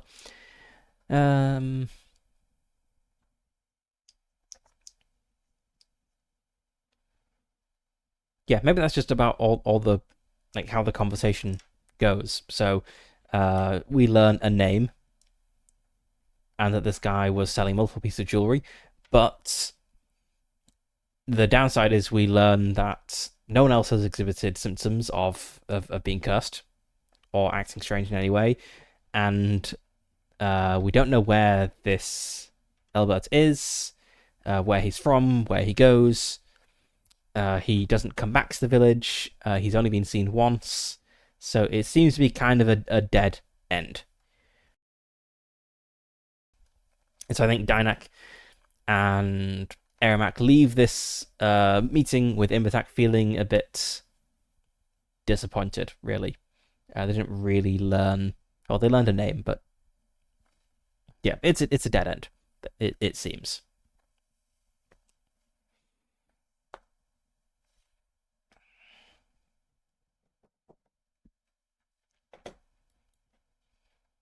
But we know that, because I arbitrarily decided it was the case, that this Albert is the one behind the curse on the crops here. So Dynac, because he has a heart of gold and helps the needy, is probably going to... I think offering to help makes sense, but it doesn't really make sense to say, I think your crops are cursed. I will investigate the water source. So how could he make that? How could he discover that? We need some way to like justify this leap of logic.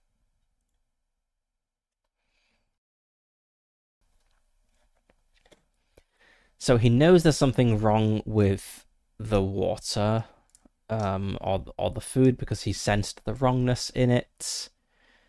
I think it's reasonable to say that the wrongness he sensed kind of feels similar to the wrongness he felt relating to Bevion, because it's all down to this sense wrongness thing he has. So in that case, he thinks there's something more going on in this village than meets the eye, something similar to what was going on in his village. I think that's all the justification we need to, stick around in the village for a few days and try to look into things. But where do we go from there?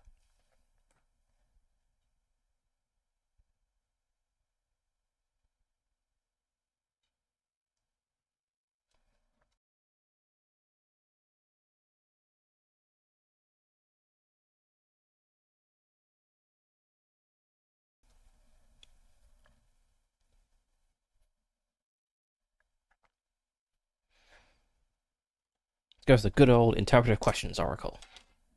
The solution to all problems. 45 is the Winding River. Very water themed. Complications. Witnessing beauty and splendor. A set or fated path. An unavoidable journey.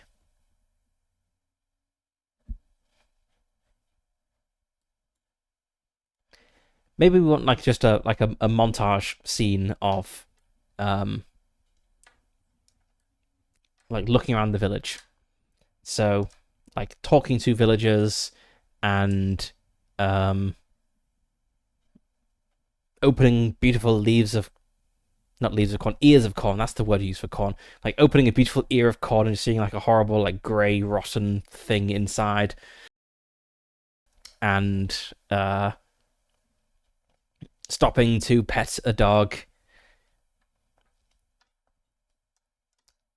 Yes. We decided that the farmers all have like horrible sores on their hands.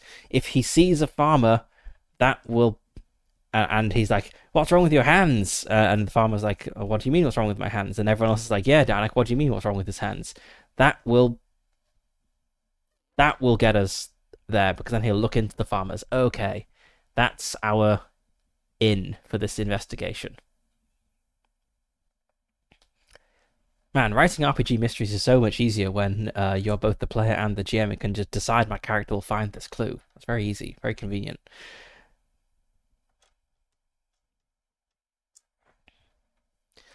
Okay, so yes, we have like a montage of the next few days of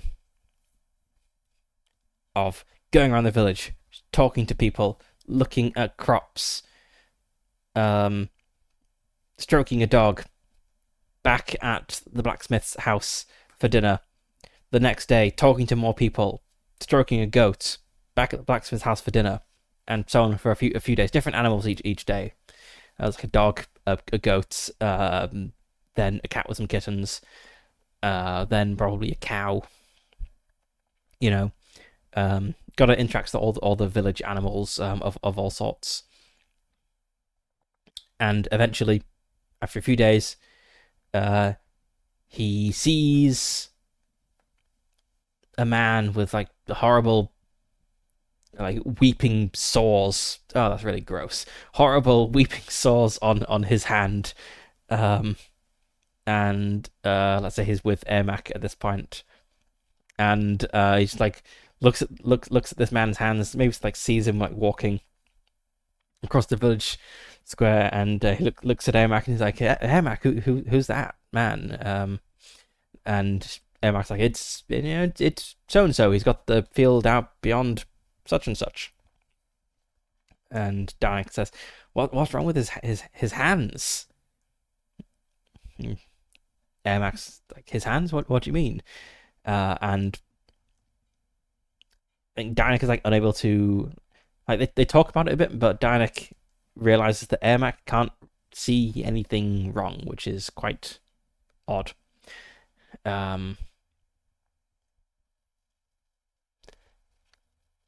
It'll be interesting if there's like something he could notice on Ermac and be like, "What's this weird lump you've got?" or something. Next, attentive would come into this. So he's been in the village a few days. He has this sense of wrongness from the food and drink. He's seen a man with strange sores on his hands that note that his friend doesn't seem to be able to notice. So, yeah, does he spot something weird on himself or possibly Ermac? So I think like probably attentive and sense wrongness apply here. Yes.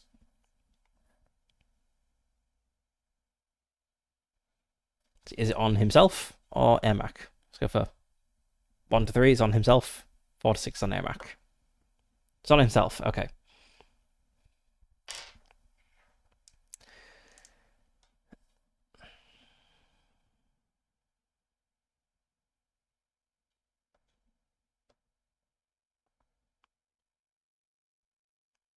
So that evening, let's say, when he is shaving and looking in whatever they used for bathroom mirrors in the medieval period, he sees like a sore like on his lip, that he doesn't remember seeing before, and it just kind of has like a just like reminds him of the sores he saw on the farmer's hand. So if this were a show, like we see like Dinek like shaving in front of this mirror, and then he like stops and like stares at a little sore on his lip, and then the camera kind of like flashes back to this farmer, in like a like slightly like gray like desaturated slow mo memory type scene, and Ermac Ermac's voice saying like, "What do you mean? There's nothing wrong?" And then like flashes back to the present, as Danik like pokes this saw and he's like, when did this arrive? This wasn't here a few days ago." And like looks at the water very suspiciously.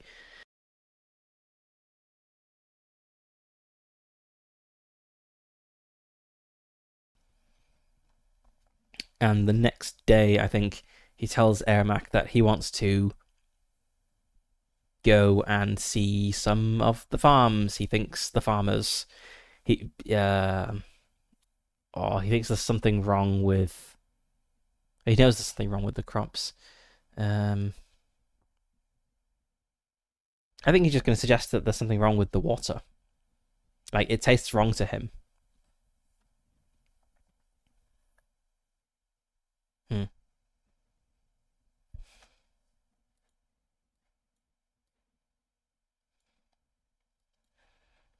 So we need to figure out there's a problem with the water. So there is some sort of cursed piece of jewelry in the well. How would we discover that? What are our challenges?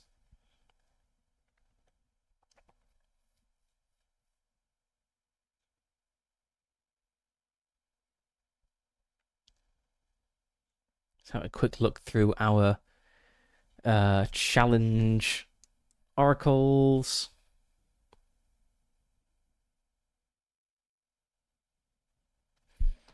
Oh, actually, maybe I've been using this insular hamlet thing because we have suspicious locals. This hamlet seems innocent enough at first, but as you pass through the main square, the villagers eye you with suspicion and malice. This is perfect.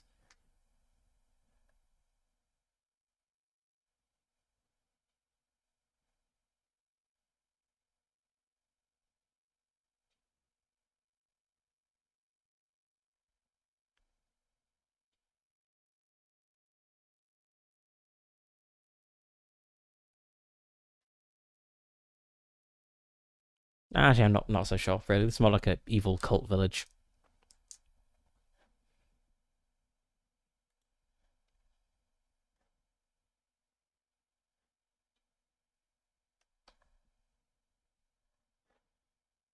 Let's have a look at these homestead and village encounters. I love the avoided acquaintance encounter. It's just someone from your past who is awkward about it, like someone you've drifted away from, who just can't let it go and just keeps coming up and having awkward conversations. Anyway.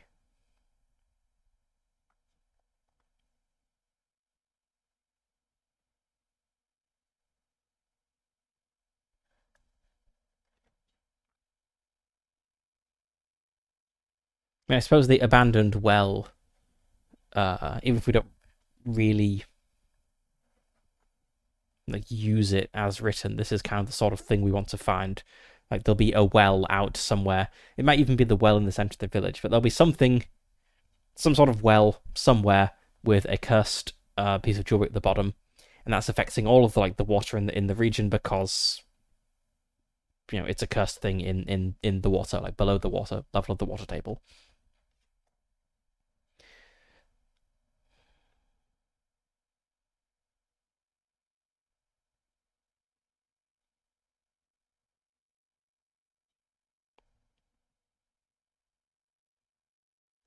Is this a collar? Why does the hedge witch? I don't really want to know why the hedge witch has a collar. If she wants a collar, that's up to her.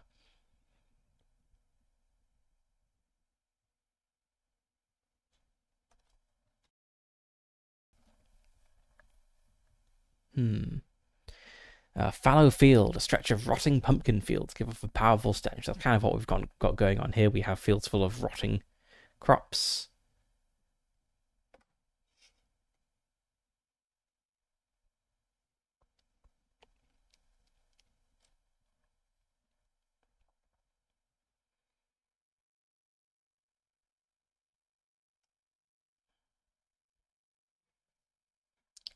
Okay, I think I'll just go to the Pre-Moon Profile Oracle, and I think I want to resolve this as a journey. That seems like an easy way to resolve it. So we will do some number of things, 4 things, and once we have worked through the 4 things, we will have arrived at the well, which has the cursed thing in.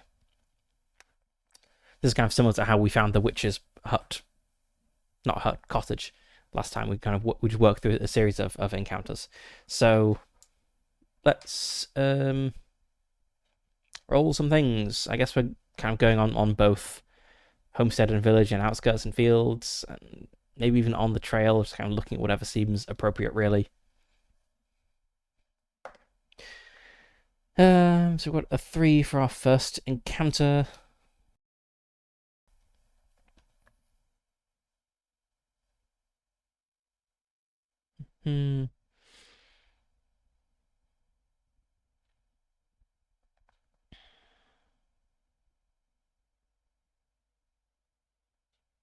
I don't think this one doesn't sound appropriate, but it's got a cool name. What is it? A Keeper of Thresholds? Some passages, pathways, and portals are guarded by immortal, sagacious beings who pose riddles and mysteries to those who would pass and grant entry only in return for 3 true answers. The Keeper may take many baffling shapes. One favorite is an enormous regal cat with a falcon's head. Do we have a picture? We don't. That's very sad. But anyway, that's not really appropriate, but it's a cool thing to encounter maybe in the future.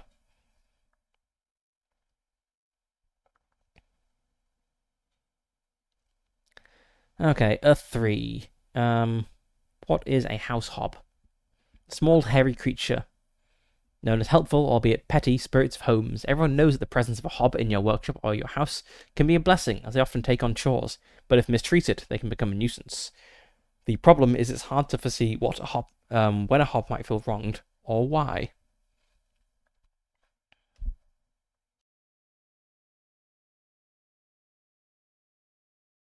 So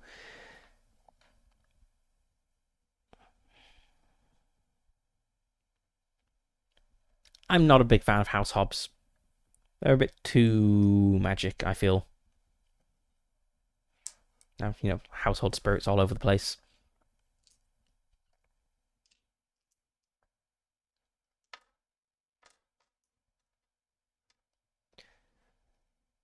Um,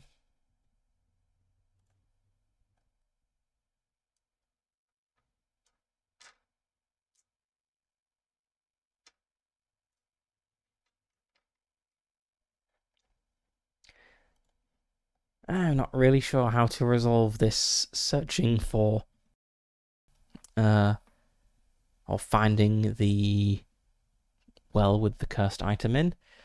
I'm not feeling huge amounts of inspiration from these challenges I'm rolling up.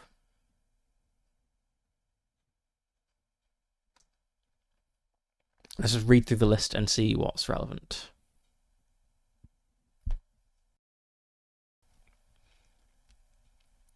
I mean, I guess an easy way to do it would be to just play through the Windswept Farmlands journey. So we are... what do we think there's something wrong with the water and...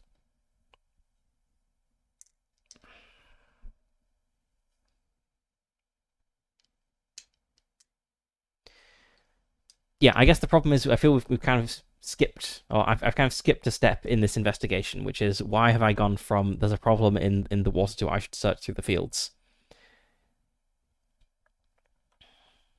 So the water tastes wrong, crops are rotting, people are developing weird sores, like on their mouths and hands, which again contributes to there's something wrong with the water idea. So the logical step isn't go and search through the fields for what's wrong, it's go and see where everyone's getting their water from, which is probably just go to the village well. Maybe it is as simple as that. Maybe we just go to the well.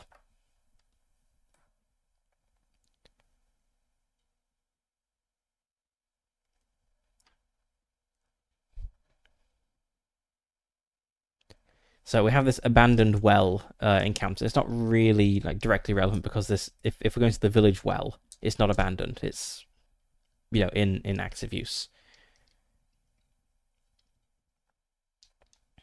So the abandoned well, which can serve as the starting point for dealing with a unabandoned well, says a well is a central meeting point in a village where cleansing, life-giving water can be pulled from deep below the ground.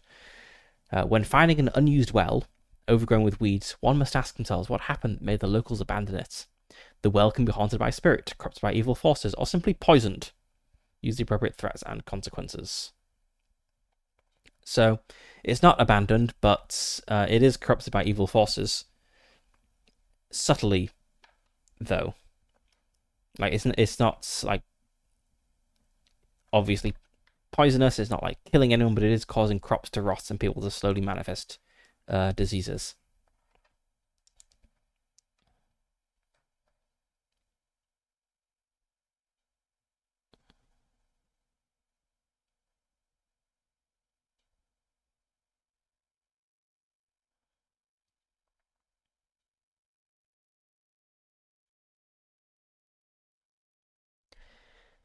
Yeah, I don't think it's a massive leap to say for Danik to say there's something.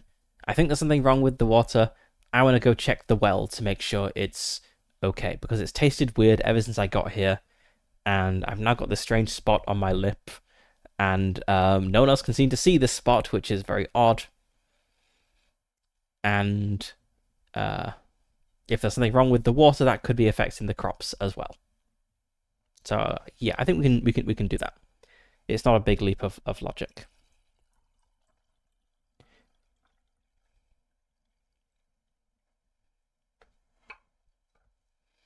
I do think it might be a bit odd to climb down a well in the middle of the day, but it would be weirder to do it in the middle of the night. That would look very suspicious. So I think just like the following morning, we go to the village well and look down into it, but obviously being a well, it is very deep, and like it doesn't smell like something's died in there. There's not anything like big in the water that we can see. And like raising a bucket just raises up a bucket of clear water, but it still has this wrong taste to Dynak. I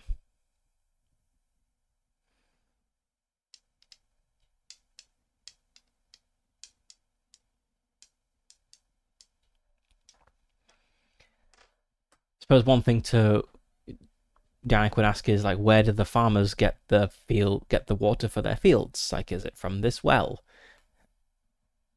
And is it from this well? It'd be kind of odd for all the water use for the fields to come from a well. Let's see. I'd say 2 and 6. 2 and 6 comes from this well. Okay, yep, they use this well to water their crops. So I think that's enough to think, okay, maybe there's something wrong with this well. If the water in it tastes weird, and this is what they use to water the crops, and the crops are all dying. The water looks fine, so I need to get down into the well to investigate it. And I believe this came up last time, but yes, Dynak doesn't really have any like physical. Well, he is tenacious, but that's kind of struggling on in the face of opposition and recovering when bad things happen to him. It's not really good for like avoiding the bad things before they happen. Like tenacious kind of applies to things, but it's not like he's super athletic or whatever. So I think he tells. I'm really bad with names. He tells Ermac that he's going to climb down the well because he thinks there is something wrong with the water down here. And Ermac tries to talk him out of it, but does not succeed. And so Dynak is going to try to climb down the well, which I think I just have. I mean, potentially it could apply attentive. Do any of his quests apply here? Or weaknesses? Not really. Like, arguably climbing down a well could count for not giving up, but it's not really like big enough to be a milestone for the quest, I don't think. So he's going to try to climb down this well with his attentiveness to help him find like handholds. I think he maybe like gets Ermac to help by like Ermac is like slowly lowering the bucket, and Dynak has like 1 foot in the bucket and another foot. He's either got like a foot in the bucket or he's just like holding onto the rope with one hand, and has like his other foot and hand like using hand, like trying to find handholds on the side of the well to take some weight off the bucket because the rope isn't, it's not really enough to carry a person.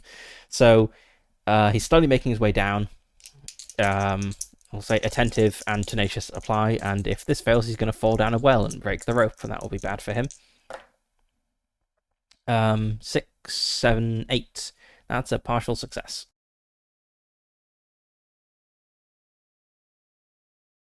Sorry, a success with consequences. So I think what happens is he makes it most of the way down the well, and maybe like a small crowd has gathered at this point because they're like, why is Dynak climbing down the well? Why is Ermac helping Dynak climb down a well? And he gets most of the way to the bottom, and then the rope snaps. And so he falls and lands in the water. But it's not like enough of a fall to actually hurt. But he is now stuck at the bottom of the well with no easy way out. And does the well connect to like a cool underground cave system? Like, does it just like open on an underground river? Or is the evil piece of jewelry literally just like placed on the ground here, like just chucked down the well? Is there an evil cave system? No. No evil cave system. Okay.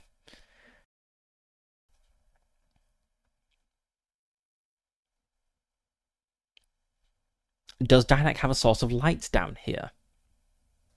it would be dumb to climb down a well without a source of light when it's not like noon, because it's going to be very dark at the bottom. Do we have a source of light? That is a yes with complications. So, I mean, we don't have like any story tags that are relevant here in our backpack. So maybe we have a source of light, but it was damaged when we fell the last bit of the way down into the water. So we do not have like as much light as we hoped, or our light isn't going to last very long. So first order of business is yelling up that the rope snaps and we have fallen down the well, but we're okay. Our salvation is in the hands of an NPC up on the surface, so that Aomak will just go off and do his thing, like get a new rope or call for help or whatever. But for now, Dynak is at the base of the well, and doesn't have much light, so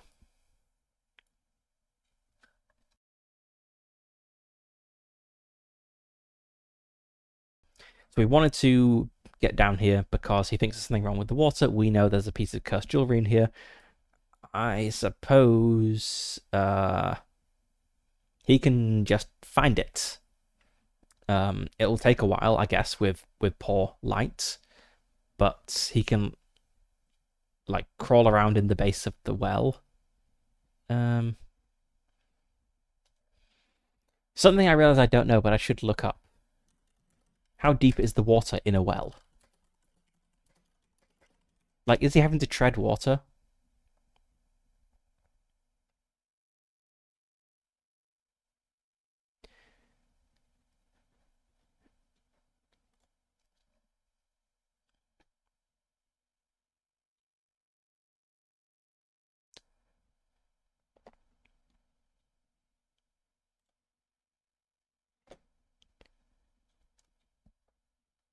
So, yeah, I guess it depends on how deep the well is dug. So, yeah, so the water table is at a certain level. The well needs to go down to, I guess, at least a bucket length beyond that. Otherwise, you wouldn't be able to fill up a bucket. But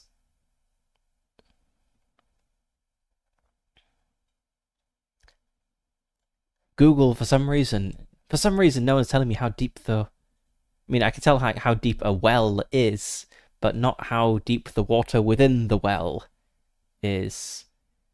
Okay, let's just quickly have a look. How deep is the water table?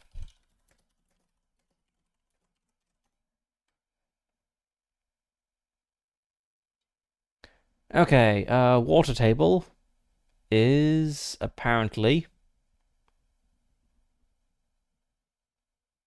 I found a page about London, which says water levels are 45.6 meters below ground level.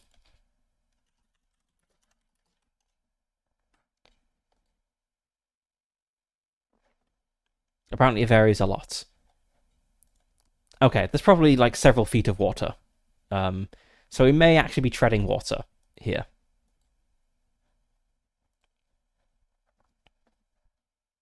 Okay, let's just say we're treading water because that's more interesting, and we can't just like actually feel around on the base of the well with our hands.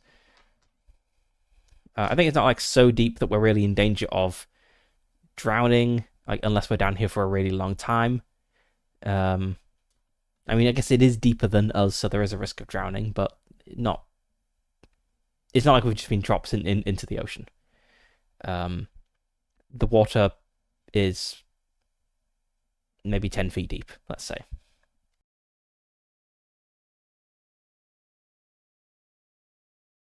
So we're treading water. We don't have a good source of light, and we think there's something wrong with this water. I think it's very obvious there's something wrong with the water now that we're down here and like are literally surrounded by it. Like we don't even need to roll to sense the wrongness. Like we just know there's wrongness. So I guess we need to. Again, we don't really have any like physical things, so I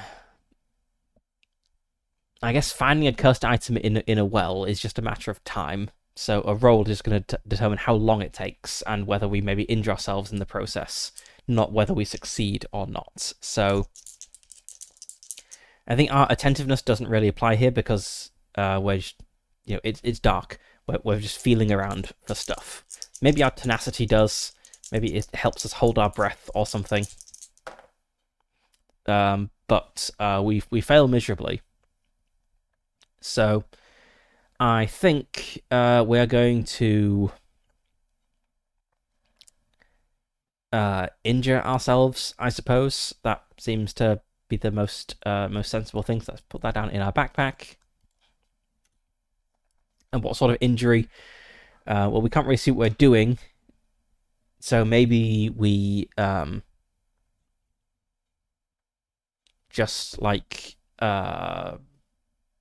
punch the wall of the well or like the base of the well or something. Like we like hurt our hands as we search around the well.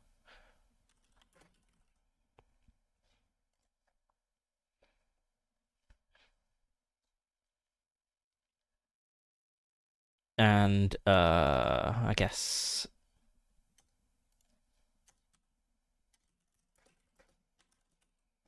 probably very cold and tired by the time we finish this as well. But I think we do triumphantly find the thing in the well, the cursed thing that is affecting the water. Because again, there's only like a limited amount of space to search, and we've got nothing to do but search. So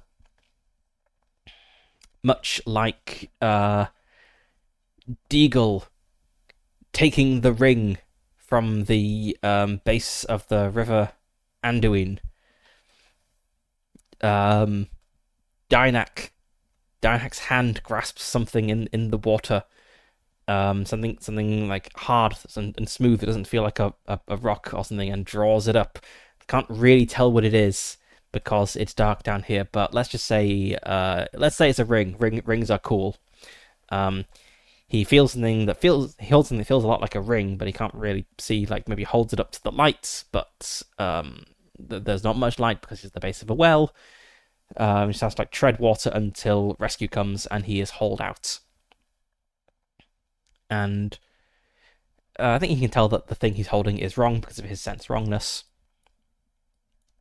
So he is pulled out of the well. His hand's a bit bloody and scraped, very cold, shivering. Just like collapses onto the ground. It's probably very tiring treading water for like an hour. But when he gets his breath back, he like looks at what he's got in his hand, and it is a ring with, let's say, it's got writing on it, but he can't read it. It's not in a language he knows.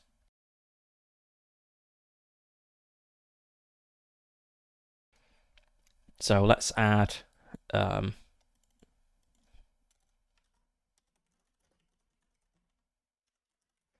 evil water corrupting ring. We will add that to our backpack.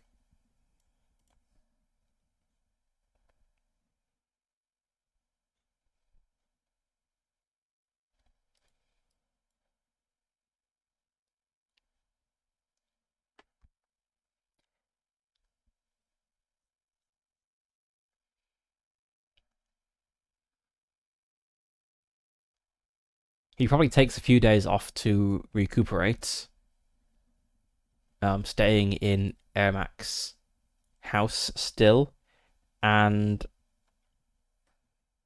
I think probably after a few days the well water tastes okay to him. It doesn't seem wrong anymore.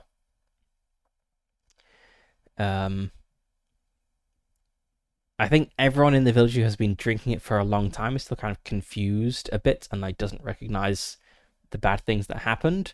But Dynak is pretty certain that this ring he has taken out of the well was the cause, even if you can't really explain that to people.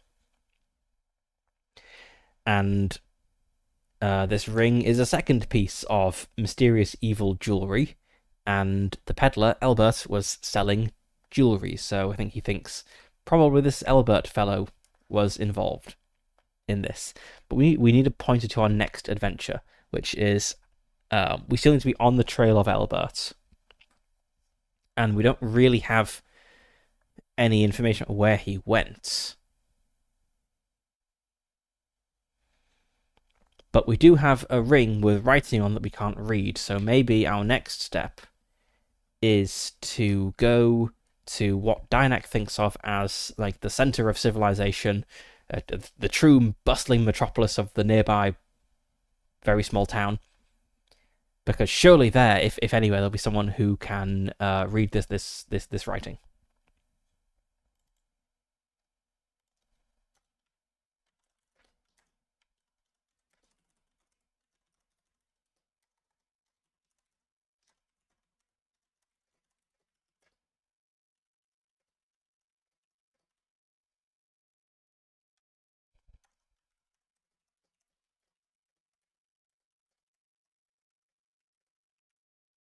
And then if he goes to the town to ask about this, maybe someone in the town knows about this Elbert.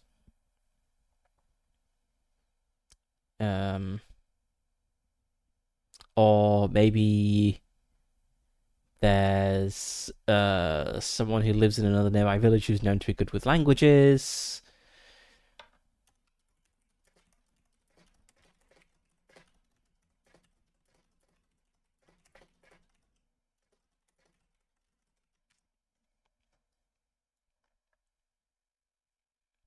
But I feel like maybe that can be the pointer to the next adventure, which isn't a very satisfying resolution. It really like actively solve a problem. It just kind of bumbled around, I feel, this session, and the problem kind of resolved itself pretty much. We didn't like actively solve it. Maybe we did take the ring, but whatever. But yeah, I think that can be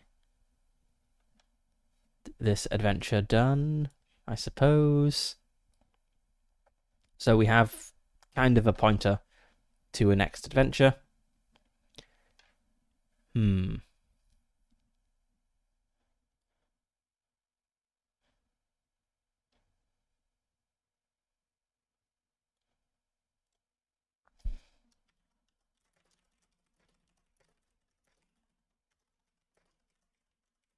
The village still doesn't really have any food, but because all the crops are dead.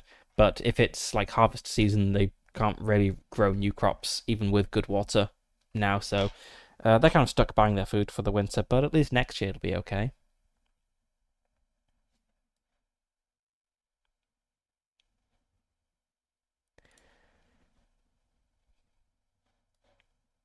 I'm wondering whether to recruit Ermac as our trusty companion. Because as the physically large son of a blacksmith, he's probably very strong, which should be useful as that would give us, tags related to physical strength and feats of athleticism, which we do not currently have, and so it could help in those sorts of situations.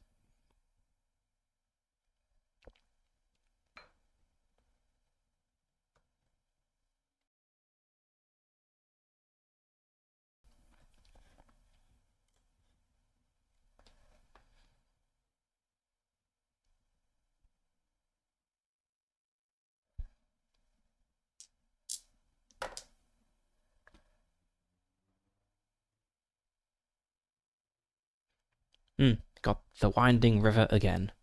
Very water themed. But not really relevant to recruiting a companion or deciding whether to recruit a companion. I think he.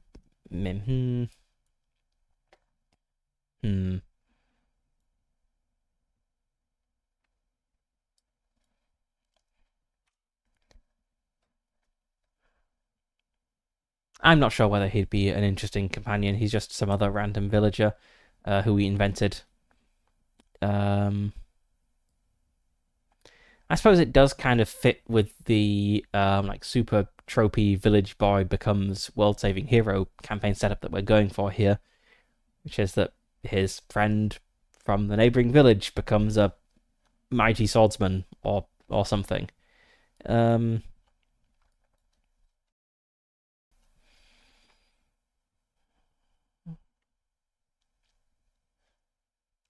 yeah, why not? Let's recruit Ermac as Dynac's companion. So after spending a few more days there recuperating, Dynac is like he holds up the ring and is like tries to explain this was in the well, it was making the water bad. I think even if the people in the village are kind of a bit confused and don't really know what was going on, they can probably taste the water seems better than it used to be. So Ermac is kind of willing to entertain this idea, even if he's not fully convinced. And so Dynac tells him that he thinks this peddler, this Elbert, there's something wrong here. He wants to know what this ring is. He talks about how in his village, the elder Bevion, she bought a necklace from this peddler Elbert, who and the necklace kind of affected her mind. It made her afraid of the outside world and paranoid. And now they found a ring in the base of a well that was producing bad tasting water. Obviously, there's something happening with jewelry. If we knew more about this ring, maybe we could know more. Maybe we get like points to Elbert, and we can go and solve this problem. Ermac, are you with me? And Ermac has probably never left his village in his life, and he's like, a quest in the larger world? This is the most exciting thing that's ever happened to me. Yes, Dynac, I am with you. So let's flesh out a companion theme to wrap up the session. So let's go have a look at companions. So this is the theme book where essentially we can answer questions to fill out the tags here. And we have some suggested companions. Friend I just met. So companion is an ally, bodyguard, fellow traveler, pet, follower, or someone you are following. So you're accompanied by a trusted person, group of followers, or an animal companion who can make all the difference in a wicked and dangerous world. They protect and support you. They are devoted and trustworthy. Your role as friend, leader, teacher, or trainer is reflected in the capabilities and actions of your trusting companion. So I think this is an origin level theme because our companion is also just a villager at this point. Maybe he'll become an adventurer tier theme as things go on. So who is regularly at your side supporting you? Should this be his name or should it be something? These aren't names. These are more like titles.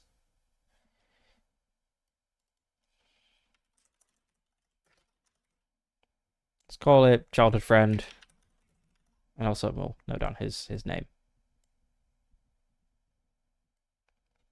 Childhood friend, Ermac. What is your companion's most handy quality or skill? How does your companion get you out of a jam? What activity do you and your companion do well together? Where do you and your companion go to relax or to get things done? What is your companion's signature move, trick, or ability? What useful item does your companion always have at the ready? How does your companion help you improve or recover, or vice versa? What is a useful physical characteristic of your companion? And finally, what is your companion's outlook or modus operandi? And we want to pick 2 of these and answer them to get our 2 power tags.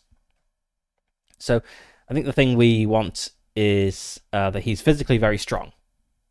Like that's the thing that Dynac is missing. Something about physical prowess or athleticism. So I guess that kind of comes down to what is his most handy quality or skill.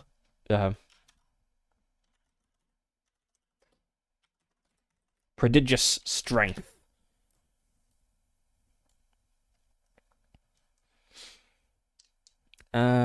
Let's have a look at the suggestions for other things. So I guess friend I just met is maybe the closest.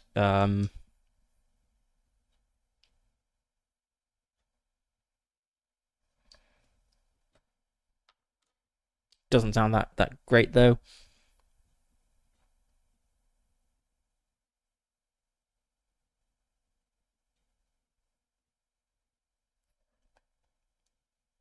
Let's go back to the questions.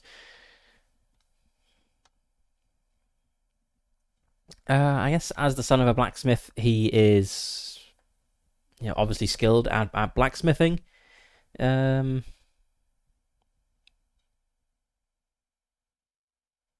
useful items does he always have at the ready? He possibly has like some tools with him.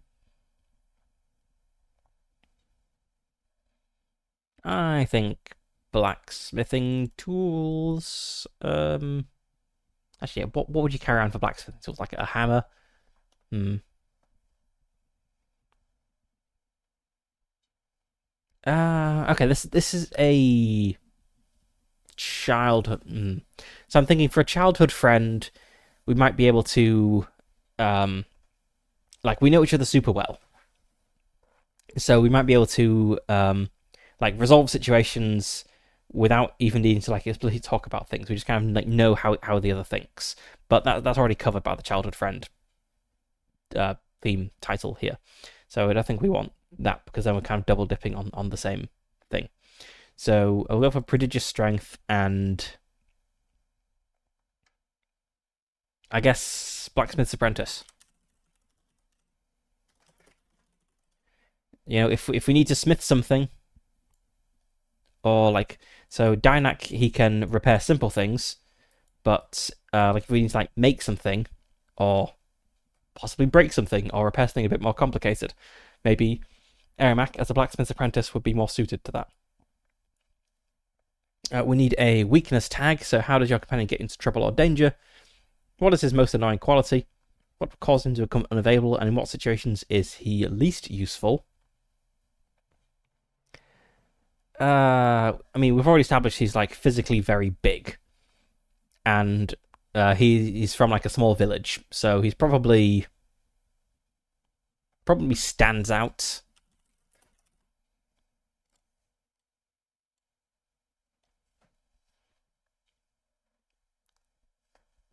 Like it's this giant provincial guy who's looking around in wonder at this small town he's in, which to him is the largest thing he's ever seen. And we need a quest. So ideas are your commitment to your companion, the connection between you and their well-being, a mission you and your companion seek to accomplish together, or your companion's quest which you have undertaken to keep them by your side. Suggestions being all for one and one for all for a band of swords. Promise me that you will destroy the warlock and I will forever protect you from a guardian spirit. I love to make friends, but I hate when they overstay their welcome for a friend I just met. You're my best friend for imposing wolfhound. Put all of yourself into it, I expect nothing less for inspiring master. And this is going to be the biggest prank yet for irksome pixie. So again, quests. The word quest is used very broadly in Legend in the Mist. So I think it's something about friendship. I mean, it could just go for you're my best friend, like the imposing wolfhound.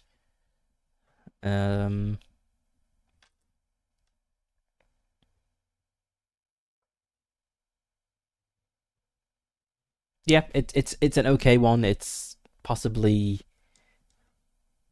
I'm not really sure what it would be useful for, but I don't know.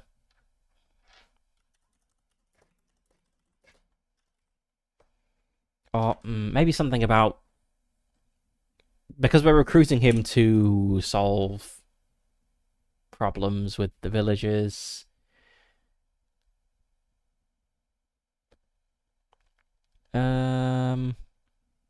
Maybe something about like protecting home.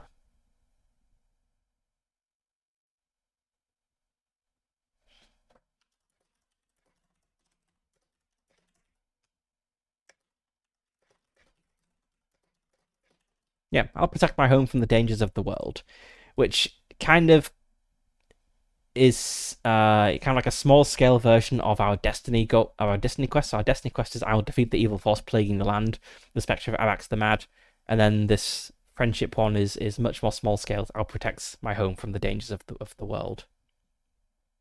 I think that's it for our companion. And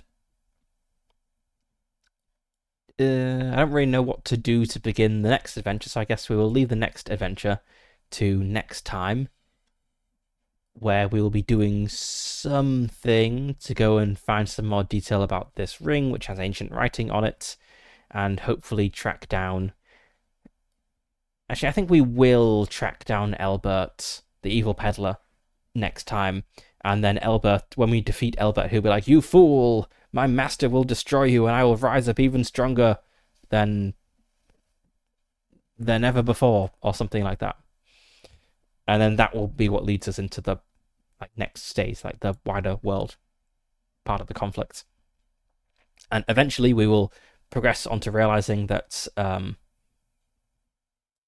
there is a problem affecting the whole world, which is Abax the Mad. But that will be more adventures in the future. Okay, I guess we'll leave it here. So we'll pick this up next Friday. So, yep, that's it. Thank you for watching, and tomorrow I'll be playing more GA. Alright, see you next time. Have a good day.